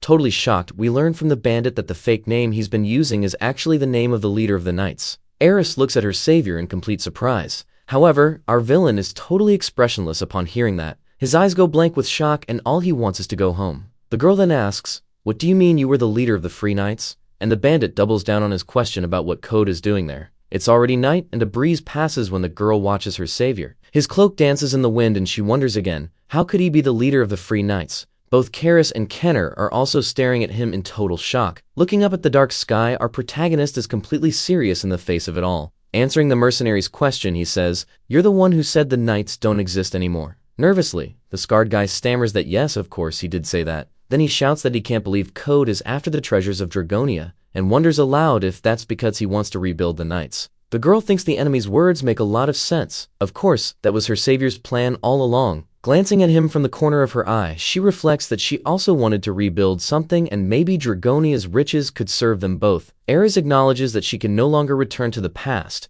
but if they could, neither she nor the man would be alone anymore. Our duo of protagonists is caught off guard when the mage says he'll help them with that. Chera says that if they share a little with him, he'll cooperate and also help rebuild the Knights organization, and that they should be grateful mage is offering help. Totally caught by surprise, Kane is left speechless while the girl stares at him with curiosity and anxiety. Trying to speak, he can do nothing but stammer. The man thinks about the peaceful life he wanted in retirement, sleeping in a cozy, quiet little house. After a moment of thought, he shakes his head. Our fifth instructor says he has no intention whatsoever of rebuilding the Knights. The bandit shouts in shock and asks, "What do you mean, Mona?" And the girl wonders if she didn't quite understand that right. Her villain moves the sword in his hand, and with the moon as his witness, he tells the sorcerer there's nothing left to rebuild. Completely tense, both Cheris and Eris hear him ask if by chance he had magic that could bring back the dead. He then adds another question, whether he had the power to turn back time. Standing beside the paladin, the girl thinks he's much stronger and braver than she is when facing those emotions. She remembers the feeling of being buried under sorrow and regret. Looking at the human, she acknowledges that clinging to the past is a waste of time. Closing her eyes, the protagonist shudders as she concludes it's just carrying unnecessary weight. Reluctantly, she reflects on something she's always known deep down, that even with all the dragon treasure, she couldn't bring anyone back to life nor reverse time. She imagines her hands dirty, because she'd been clinging to that with all her strength. Code hand gently touches the girl's shoulder. Ares is pulled from her dark thoughts and looks at him, who just shakes his head, and she thinks he's saying that empty hope will only drag her down further. Stepping into character, he turns to the mage and says he can't join them because it doesn't even look like the guy bathes. The girl stays really quiet and wonders if she's understanding this as some kind of coded message just for her. And Kane just sighs, extremely tired and unaware that she's understanding way more than she should. The bandit then asks what the heck even wants with the treasure, and he says the guy can keep the riches. He doesn't care. The Scar guy trembles and says he can't believe what he's hearing. Then the bandit starts to freak out again and charges his magic, yelling that he won't fall for his plan to deceive them and keep all the treasure for himself. The girl watches them calmly, and our villain says he literally just told the guy to keep the treasure. He doesn't even care. She's deep in thought about how the instructor understands her really well through that self-made speech of emotional growth she invented. She observes the man's back is kicked fluttering like that of a great model, and concludes that the mage will never understand what they went through. Breaking the tension in the girl's train of thought, Kane tells the unwanted guy to go fetch it alone and bring back the money to boost his retirement fund since he wants to share so badly. Totally unhinged, the mercenary says he knew Code was just messing around and prepares to use magic on him. From behind a tree, our beloved grandpa hears the madman telling him to disappear along with the rest of the knights, to which our villain responds that was just a joke. Kenner makes a sound behind the trees and draws Chair's attention, who turns toward him. Noticing the old man far off, he uses purple magic to try to stop him from escaping. Our protagonist watches with nervousness, forming a purple chain around the former adventurer's neck. The idiot yanks him forcefully toward himself. Ares is very distressed by all of it. Threateningly, the bandit says the old man has to stay with them to show where the treasure map is. Moving his sword, our dear villain seems to be preparing for something. Karos notices the movement, but with each passing second, the guy gets crazier and asks why the knight is acting so heroic. Kane then replies that he's not being heroic at all. While the old man caws from the assault, the man thinks that sympathizing with the weak is a hero's thing, not something a villain like him would do. Cautiously observing the enemy, he realizes the guy is giving away all his weaknesses for free. What a wonderful lottery. Pensive, the fifth instructor thinks he's going to end up self-destructing like this. He takes a step forward. In the blink of an eye, he's just inches from our Scarface Captain's face, telling him he's far too greedy and it will be his downfall. The girl thinks about how fast he moves, so quick and sly. Our dear man takes another step, very serious and threatening. He says he hopes that's not all the evil he's got. Cheraz is left speechless by that swift arrival and deadly stare. Our instructor says that if that's all the wickedness he's got, then he'll take every bit of it from him. In a desperate blunder, the madman uses magic to throw Kinner at our protagonist. The throw is spot on. At least the bandit's aim is decent. In yet another desperate move, the man with the magic ring tries to blast them again, but Kane dodges, taking Kinner with him. The old man is surprised by the speed of the movements and nearly loses his slippers, but all goes well. A bit dusty from being tossed around, the forest guard looks at his savior with admiration, and maybe a bit of surprise. Wielding his sword and his demonic purple lightning, Karis charges at the men like a rabid dog, while our villain awaits with weapon in hand. The bandit tries to slice our protagonist into pieces, screaming like a lunatic, but the instructor ducks at the perfect moment.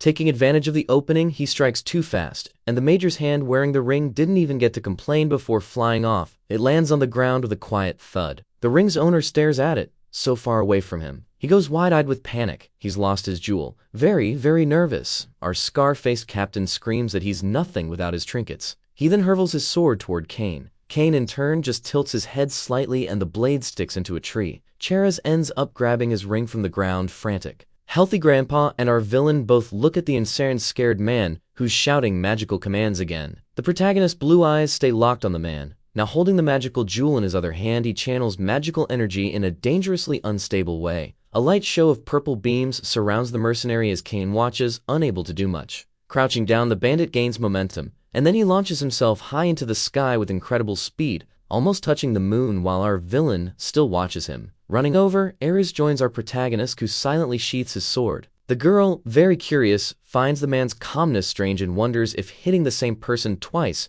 goes against his principles. In her mind, the Free Knight's symbol flashes and she concludes it must be some kind of honor code he follows. From afar, we see the mage using his cape like wings to fly away, and Ares is not okay with him escaping. Getting ready to act, she's sure that if he leaves now, he'll come back for revenge at some point. Extending her hand forward, a bluish aura appears as she invokes the divinity of despair and storms. A small marble begins to form in front of the girl's hand. She lifts the spell we've seen for the first time. Then she aims precisely at the enemy flying toward the moon and fires. A second before impact, we see Cheras looking back in panic. Sometime later, we return to the forest, where someone gives thanks. Then see that it's healthy Grandpa again back on his feet and telling Cain that he's really grateful for what he did. Charming, our villain says he only did what had to be done. But deep down, he thinks the man could express his gratitude with a lot of money in return. The old man says he's not sure it'll be worth anything, but he'll pay somehow. He then offers the map to Dragonia. But the savior doesn't even let him finish and tells him to move on from that story. The old man doesn't understand at all why he said that, and the man replies that he couldn't care less about some treasure legend. And firmly, he warns Ben's grandfather not to drag anyone else into that crazy obsession of his. Stammering after being caught off guard by that attitude, our kind grandpa doesn't really understand and asks what he's talking about. Yenna freezes at Cain's response, who says that whole Dragonia story is just a fairy tale for schemers and greedy people, and that it isn't real. Sighing, looking defeated, the old man asks if he truly believes that. He trembles with disappointment and eventually ends up agreeing with Cain. Turning to leave, the former adventurer reveals that the man who was with him when they discovered Draconia said the exact same thing. Our protagonist stays silent as he listens to that and the name of the companion, Krayar Stryker. The old man walks off into the distance, muttering that he doesn't understand why Stryker would have entered Dragona then. Quietly, the dark-haired man watches the other man leave. Ares then calls out to him, gently tapping him on his cape to get his attention. She then extends her hands to the man, giving him the pouch with the items she had taken to escape. He doesn't seem very thrilled by it and wonders what she's trying to do. Taking another second to think, he wonders if she expects him to forgive her after all that drama. Remembering the money she's giving back, he tells himself that yeah, he can let it go this time. Turning to leave, he tells her to come along, thinking he can't leave her behind or else the heroes will come after him. The girl looks at him with admiration, then she chooses to walk beside him back home. Some time passes and the villain wonders when they managed to walk so far. What a long journey. Silent, Eris starts to spiral into anxiety, thinking she caused too much trouble, and that he must be really angry. The girl's eyes turn to him when King says her name. Standing in front of the house, completely renovated and shining, he tells her that this will be their new home. Utterly stunned by the sight, she wonders if this mansion is really the same dump they found on their first day in the village. Looking at the house again, the girl wonders if she heard him right when he said it would be her house. The man tells her to get ready for bed because it's already late, but in truth, he's the one about to collapse from sleep. The house is all bright and brand new, leaving Iris totally speechless. Mouth agape, she wonders if what she's feeling is guilt, joy, or sadness. Placing a hand on her chest, she decides not to name the feeling. Remembering once again that same night on the road's fall, for the 50th time the protagonist thinks about how much she wanted to go back to the past. With that dream completely shattered, she stands still and concludes that it was just cowardice, really stubbornness. She repeats the words to Code, that this is their house, and internally she thinks she won't care anymore if she loses everything again. Focusing on her savior, the child reflects that even if she loses him, it won't have been in vain. The girl calmly observes the moon above them. She turns back, thinking about her kingdom. Her eyes shine with joy as she decides to let go of the weight of the past. An image of her smiling friends crosses the girl's mind. Then we see a crowd of those same friends and people behind her, as if their spirits were watching her, and she would carry only the memories. Turning around, Eris decides that the past is truly past. It's over. She walks beside Code toward her future. Someone coughs and spits red, screaming in pain. Bandaging his wound by himself, Cheras mutters through clenched teeth that the wind blast hit him out of nowhere. It couldn't have been just a breeze. He recalls the girl aiming the attack in his direction and concludes it was definitely magic. Remembering when he was hired by the King's Road, he realizes he saw that same magic back then. The bandit refers to that spell as so powerful that no other mages could replicate it. Thinking of the girl from his past, he also realizes that the energy mixed with the wind was different. It was actually the magic of the Demon Lord. Getting up, all sore, he knows there's something different about Iris, and can barely believe he now has information on the most powerful magic in the world. Laughing like a kid in a toy store, he says he's going to sell the information for a fortune and that they'll regret messing with him. Then something surrounds him, a kind of nasty smell. The man covers his nose with his hand and asks what the heck that awful stench is. Looking in his dirty hand, he notices that the tips of his fingers are turning blue. He goes into shock as he remembers the name of a poison known to do exactly that, called Galenhapintadinha. Just kidding, the name was Colorful Demon's Game, and it was made with a bunch of mushrooms. Totally consumed by fear, as his hand turns blueberry-colored, the bandit remembers that the victims of that poison vanished along with its creators. Trembling, he refuses to believe what's happening. A flashback of the fight with Cain and runs through his head. The mercenary recalls using his magic to fly away. Thinking of his opponent's malicious grin, he wonders if the guy had poisoned the sword he used to strike him. Looking around, Cheris asks himself how someone like that could have access to such a substance. With smoke coming from his mouth, the sorcerer takes off running at high speed in search of an antidote. Stopping suddenly, he comes face to face with a still unknown figure, who says they're glad Jenna finally found the last of the mercenaries. Holding a sword in their hands, the person hears the one-handed man ask how they managed to track him there and replies that all they had to do was follow the stench. With his final words pleading for mercy, the man screams the name of his executioner. We then see that the unknown figure is none other than Serena. The blonde-haired girl sheaths her sword as Cheris collapses for the last time. She looks up, and the moon stares back. A breeze passes through the clearing, and the young woman reflects that she's almost where she wants to be, in Siner. We get a flashback of the heroine raising her sword for the first time, and we find out 10 years have passed since then. We see the girl fighting a half-human, half-spider monster while she tells us she's been through a lot, but now has a bit of a reputation. We also learn that she was very successful in resurrecting her family, and is known as the Knight of Paradise. Pensive and back in the present, she doesn't seem all that satisfied. As she continues on her path, she thinks about how certain past events still weigh heavily on her. Sometime later, our protagonist arrives near a building. We get another quick flashback of the girl hearing from Ben that there was a man who looked like the one she was looking for, and that his name was Code. Placing a hand on her sword, she wonders if the mustached man gave her the right location for this code or if it's a trap. The heroine knocks on the door of the house, worried it's an ambush. She knocks again until a voice tells her to come in, and we see a man resting in an armchair. Serena doesn't see his face, but what she can see does look very much like the instructor. She clenches her teeth, extremely nervous about what could be a reunion. Placing a hand over her chest, she seems in a way relieved. From the armchair, the man trembles as he hears her say it's been a while since they last met.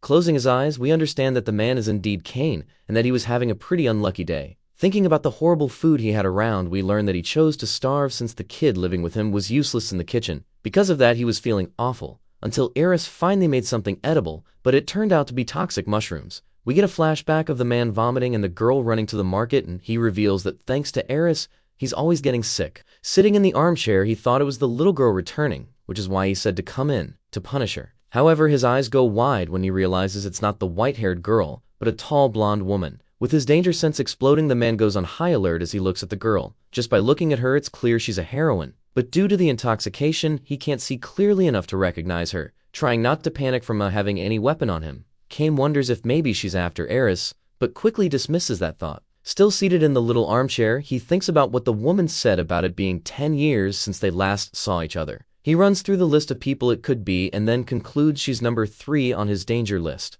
Deciding to stay calm, the man asks why the woman is there. This catches the heroine off guard. What does he mean? Why? Firmly, she replies that she came to settle the 10-year debt between them. Drawing her sword, Serena thinks she can't exactly say she came to return the favor, because what he did was far too great to repay. As she walks toward the man, he becomes completely convinced he's about to be sent to the afterlife right then and there. The villain decides he needs to buy more time, so he compliments the visitor's sword. He's surprised that she stayed attached to a cheap sword for 10 years when she explains that it was he who gave her that weapon. Looking at him, the young woman thinks that this is the sword that both connected and separated them. Gripping the hilt tightly, Serena remembers it symbolizes her determination and that through it, she achieved all her goals. Raising the blade, she thinks there's only one thing left to do. The blonde then begins to lower her sword in a single motion, determined to offer him her life. But she is interrupted by the man, who says that death is useless. The two stare at each other again, and she says the debt she owes him can only be paid with her life, to which he replies that it's overly dramatic. Looking calmly at her, Kane inwardly pleads for mercy,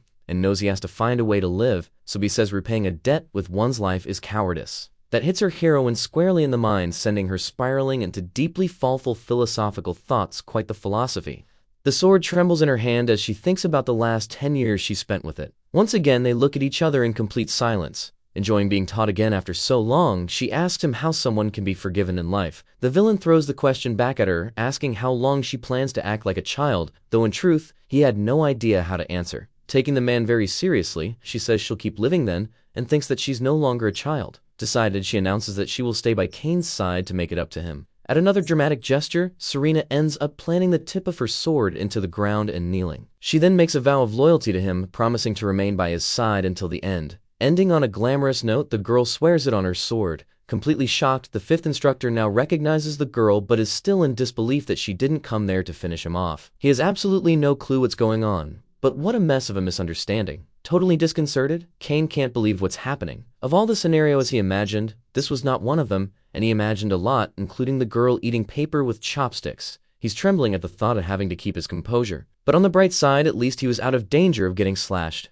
Reflective, our villain admits even thinking about this whole situation is terrible. Seeing the woman kneeling, the guy thinks he doesn't quite get what she wants, but at least she sees him as some kind of savior. Still, as his memory reminds him, she's the nutcase who took out that absurd threat in a single night. Reflective, he also knows she could always decide to end him, because hey, hero and villain, it's like Tom and Jerry. Acting with enviable naturalness, our dear swordsman points down the hall and says the first room is empty if she wants to use it. Getting up, the knight says she understands the order. Anxious, he warns her that he traded his sword for a peaceful life a long time ago, which makes the girl stop in her tracks. Turning to him, she asks if that's true, and he says yes. Then he terrifies the blonde with the condition that if she wants to stay there, she must also give up her sword and forget her clan. Delivering a bluff-filled speech, Kane keeps listing the things she would need to give up if she wanted to stay. Hesitant, she nearly stops breathing when he says she must become a civilian instead of a warrior. Nibbling her lip, she thinks how giving up her role would be far worse than giving up her life. She feels like her world has turned upside down, poor thing. She trembles all over when he says that from now on she'll be a sweet, quiet housewife, a real girly girl. The heroine recalls the first time she ever held her blade again, and though she's very hesitant about all this,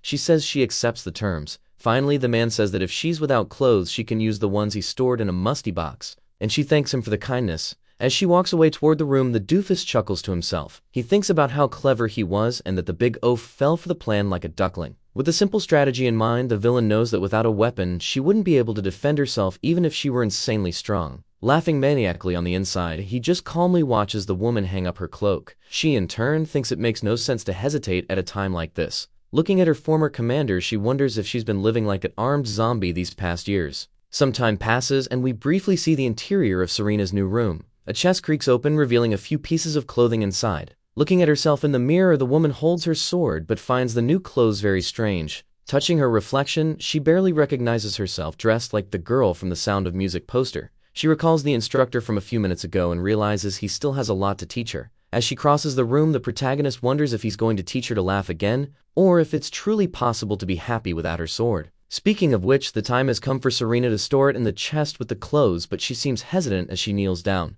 After caressing the weapon and placing it inside the chest, she looks at her faithful iron companion and thinks that if he managed to do it, she will too. Finally, she closes the lid of the chest with her belongings inside and remains in complete silence for a few minutes, thinking about how her feelings of guilt and remorse seem to vanish. Sighing an attempt to relax, the heroine thinks maybe the man sensed her burden the moment he laid eyes on her. She stands up and brushes off the long skirt. Walking to the small wash basin in the room, she looks at herself in the mirror again, smiling at her reflection, and the woman believes he knows exactly what she needs right now. Caught up in her own thoughts, she smiles even more and thinks she really can't afford to let her guard down around the know-it-all. Some more time passes and now it's nearly sunset. Finally returning from the market, we see Eris arriving with a bag. We see that she's thinking she's going to get scolded again for having napped on a nearby hill and lost track of time. Someone calls out to the girl and she turns to respond. Ben, the innkeeper, asks if she's coming back from the market, and she sharply replies no. Then she asks why he wants to know, and he says he thought she'd gone to buy something for the guest who arrived earlier.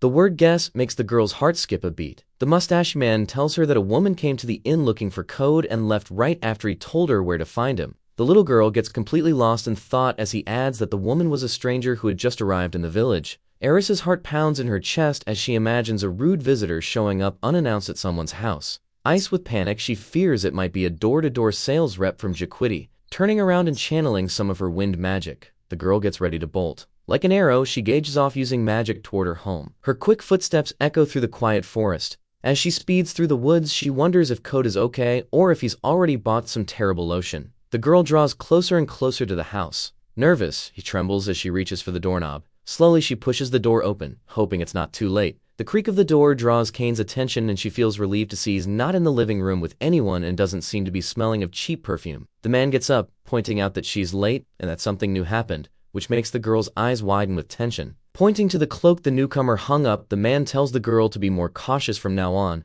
Clearly unsettled, the man sighs and says they have a guest, mainly because he doesn't want her upsetting the heroine. Trembling with apprehension, the little one asks who the guest is. Just as Kane says it's someone from his past, when the house's doors creaks open, the blonde is stepping out of the room just as the man tells the girl and her to introduce themselves. Smiling wearily, Serena introduces herself by name and says it's an honor to meet the young lady. The other two are taken aback not just by her warmth and charm but also by how well she pulls off the poor villager look. Kane remembers how she was the last time they met and is startled by how much she changed just by putting on a country girl's skin. As the women greet each other with a handshake, he thinks that as soon as possible, he's going to send Serena to interview Paula. Serena feels a bit uneasy with the way the girl is staring at her, especially because Eris, who introduces herself politely by name, doesn't hide her discomfort. It's morning at the protagonist's house and a scandalous sneeze shakes the walls. Walking through the house's corridors, Eris wonders what she should make for lunch. Yawning, she says thinking about the new housemate kept her from sleeping well.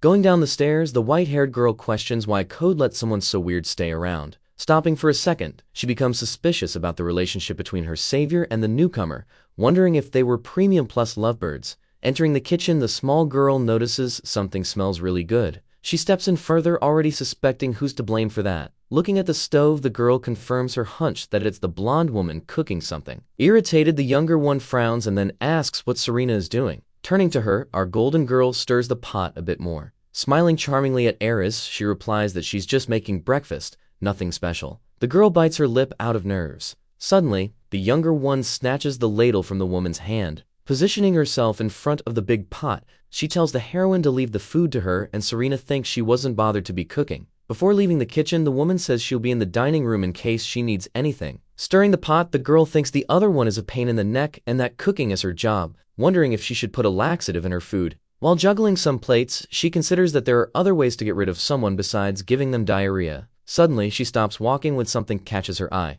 A very colorful and well-served dish is already on the table. We see Serena finishing up arranging the fruits and bread. The cheerful woman is happy with Eris's effort, while Eris herself is visibly frustrated, wondering when the woman even had time to set all that up. But get a good look at the food. Now that's an edible plate. Eris is practically bursting with envy, thinking she really doesn't like the newcomer, while the newcomer doesn't quite get what's going on. The door opens again and both turn to look at the man who just entered. It's Code carrying a juice bottle. He places the bottle on the table, pulls out a chair, and tells them to sit down as well. They both agree. Serena takes a distant glance at the bottle their host brought. She murmurs the name of the product, Demonic Rain. We find out it's a cheap, low-quality juice made with prison labor, but at least in large quantities it serves as an antidote. The heroine remembers that he used to drink a lot of that stuff to build resistance to lethal poisons. She herself used to take a few sips when he wasn't around. The man then calls her by name. He proceeds to offer her some of the drink. She doesn't hesitate to take the glass but asks why he's offering, and he explains it's been years since he had company to drink with. Not suspicious at all, the dear woman says she'll join him then and thinks there's nothing better than this to celebrate their reunion. The man calls for a toast to lost swords. She echoes the toast and the two clink their glasses. The girl watches everything in silence. Her eyes grow weary as she wonders what's going on. Feeling excluded, the girl, who could use a lot of therapy, just sits quietly. Aries thinks that it's the first time since she's known him that she's seen the man so open and friendly. Watching the two and feeling increasingly left out, she concludes she's interrupting their precious time together. At the table with trembling hands, staring at Kane drinking his juice, the girl admits that her judgment has been totally off because of her anxiety. The villain finishes his juice. Serena moves to do the same, standing up and slapping both hands on the table. The child doesn't understand why she's feeling this way. She then slaps the glass out of Serena's hand, overcome with jealousy. The glass flies and crashes into the juice bottle, hitting it dead on. Both fall to the floor and the juice bottle shatters completely. Serena's face is splattered with juice from her slapped glass. In fact, even the dear woman's blouse gets stained with grape juice, and Eris looks at her with a slightly regretful expression. The man is so tense that not even Wi-Fi signals could get through. He lets out a high-pitched squeal and wonders why on earth the girl would do something like that. Let's take a quick pause here to rewind and catch some details of this whole mess. With teary eyes, the villain thinks about his plan to poison Serena, which just failed spectacularly. He'd even made a little checklist of the steps. There were only 4 very quick ones. Trying to look on the bright side, he thinks he's already used to the crusty-eyed brat ruining his plans. Another possible reason for his high-pitched squeal was that the villain spent his entire retirement stash, the dragon tear bottle, to make the poison. Crazy dragon tears are so powerful, they can even defeat, as you'd imagined, dragons. Many have tried to acquire the substance, which is practically impossible to find. Almost crying with rage, he thinks about how he could have sold it to a member of royalty wanting to eliminate their family, or to a terrorist. But Eris ruined everything. But the real reason for the scream was the pain of drinking that poisoned juice. Even after taking an antidote, his stomach was still burning like hell. Trying to keep a poker face, Kane asked the heroine to go wash up. After all, even skin contact was dangerous, and he didn't want his plan exposed. As the woman stands and goes to clean herself, a girl who just had a tantrum stands frozen, thinking how frustrating all of this is. Clenching her fists tightly, Ares reflects that she hadn't meant to lose control like that. Feeling a chill of regret, she thinks there's a lot she wishes she could say, but for some reason, she just can't. Looking at the door Serena walks through, she wonders if maybe she did that for a reason she herself doesn't even understand. Noticing Kane's defeated expression, the little one clearly has some kind of electro-complex or something like that. The man slams both hands on the table as he stands, and that makes Ares flinch. He walks over to her and raises one hand. That hand moves toward a girl's head, and she closes her eyes in fear. The child is scared he's going to punish her somehow for always messing things up. Surprisingly, the man just gently rests his hand on her head. Looking at him, the girl still doesn't quite understand what just happened. She tries to figure him out by maintaining eye contact, wondering if he's forgiving her. In his mind, we see Kane grinding his teeth, the vein in his neck popping with rage. While dreaming of squeezing the girl with all his might, the man concludes that he will never forgive the crusty-eyed brat. Fuming, he remembers the plan to sell the Drev in tears for a fortune after getting rid of the heroine. And now he's lost everything. Still resting his hand on her head, our villain thinks that maybe if he sells her, he can recover a bit of his retirement fund. Pulling his hand back, the man realizes he's so tired he can't even bring himself to scold her. Kane drops his weight back into the chair and looks down at the soup in front of him, thinking even it got splashed with poison juice. Taking a moment of silence and looking more closely at the bowl, the villain thinks it's a huge waste of food. The girl stands beside him, a bit restless. Watching him, she thinks about how he doesn't seem mad about the bottle or the juice that she totally ruined. Smiling just a little, the dear one thinks he's only sad about the soup, which she claims she made even though most of it was the blonde's doing. Ares tells him to hold on and wait a bit. Then she heads to the kitchen door, saying she'll bring him more soup. Finally, alone in the dining room, our male protagonist is trembling in the middle of all that chaos, thinking she should clean everything up first.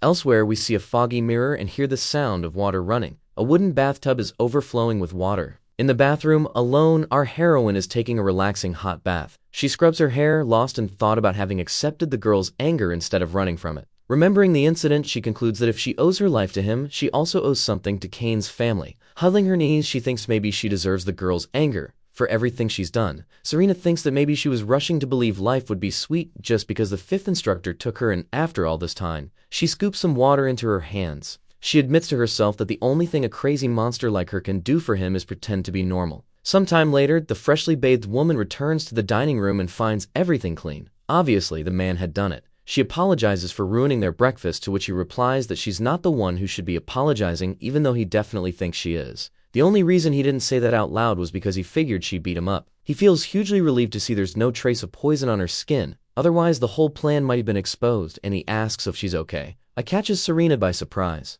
She replies that she is, and deep inside, the villain is nearly exploding with rage, even though tries to stay calm. He lost his entire retirement stash, his stomach is still burning even after taking an antidote, and she didn't even feel a tiny stomachache. It just wasn't fair. Our heroine calls his attention and he narrows his eyes, focused. She says she suspects the girl doesn't like her very much, and the man can't even muster irrelevant thought about it. Completely dumbfounded, he wonders how she could suspect that and not be sure, considering the girl threw grape juice in her face just minutes ago. The instructor thinks things could get complicated if the newcomer loses her patience and chops Ares to pieces, and now his only shot at money would be selling the child. Trying to stop his second retirement plan from going down the drain, he navigates the situation by asking if it bothers her and explains that the child is an orphan. Serena is surprised by the revelation. The man confirms it's true, and that he's been traveling with her ever since he found her. The blonde nods, thinking he was kind to the girl too, just like he had been to her 10 years ago, and the villain is pleased to see the plan working. Still uneasy, he reflects that a hero's heart is always soft, but he still didn't know if things were settled or if she pulled a sword on the kid. Just as he's wondering where the girl went, the door creaks open again and both adults turn to look. Kane is already traumatized whenever he sees the girl. Ares is holding a tray and stops to glance at the two of them. The youngest one begins serving them, while Kane thinks it's a good chance to resolve everything since all three are present. The girl turns to him when her name is called. The protagonist tells her she shouldn't treat anyone like that, especially family. Both women freeze in surprise when they hear him order the child to apologize to Serena. The woman looks at the girl, who averts her face. Then she glances back at the newcomer, and both women think about the word he said, family. Stammering, our little one tries to start forming an apology. After much effort, she finally says she's sorry. Serena chuckles and tells her not to worry. Ares thinks about how she's never had a family, and stands up awkwardly when the woman says it's all right. As she finishes serving and takes her seat, the girl reflects on how she never imagined having a family and always thought of herself as forgotten. The three share a meal together, and a girl thinks about how even a small family brings a warm feeling to the air. A spoonful is taken from one of the soups. A trembling hand holding a full spoon begins to move. Kane is incredibly nervous. They didn't even get through breakfast, and all of this had already happened, and it's only going to get worse from here. He puts the spoon in his mouth hesitantly and silently vows that next time the blonde's going down the drain. Some time passes, and now it's winter, with snow-covered trees all around. Eris stands while Kane sits in a rocking chair. She's totally confused and asking what he means. The man repeats himself and tells her to get ready so they can go out for a bit. Outside, we see heavy snow on the rooftops and around the house. She wonders why he wants to go for a walk in weather like this. So the video ends here. If you don't want to miss the next part, activate the notification bell, and see you next time on Tab's channel.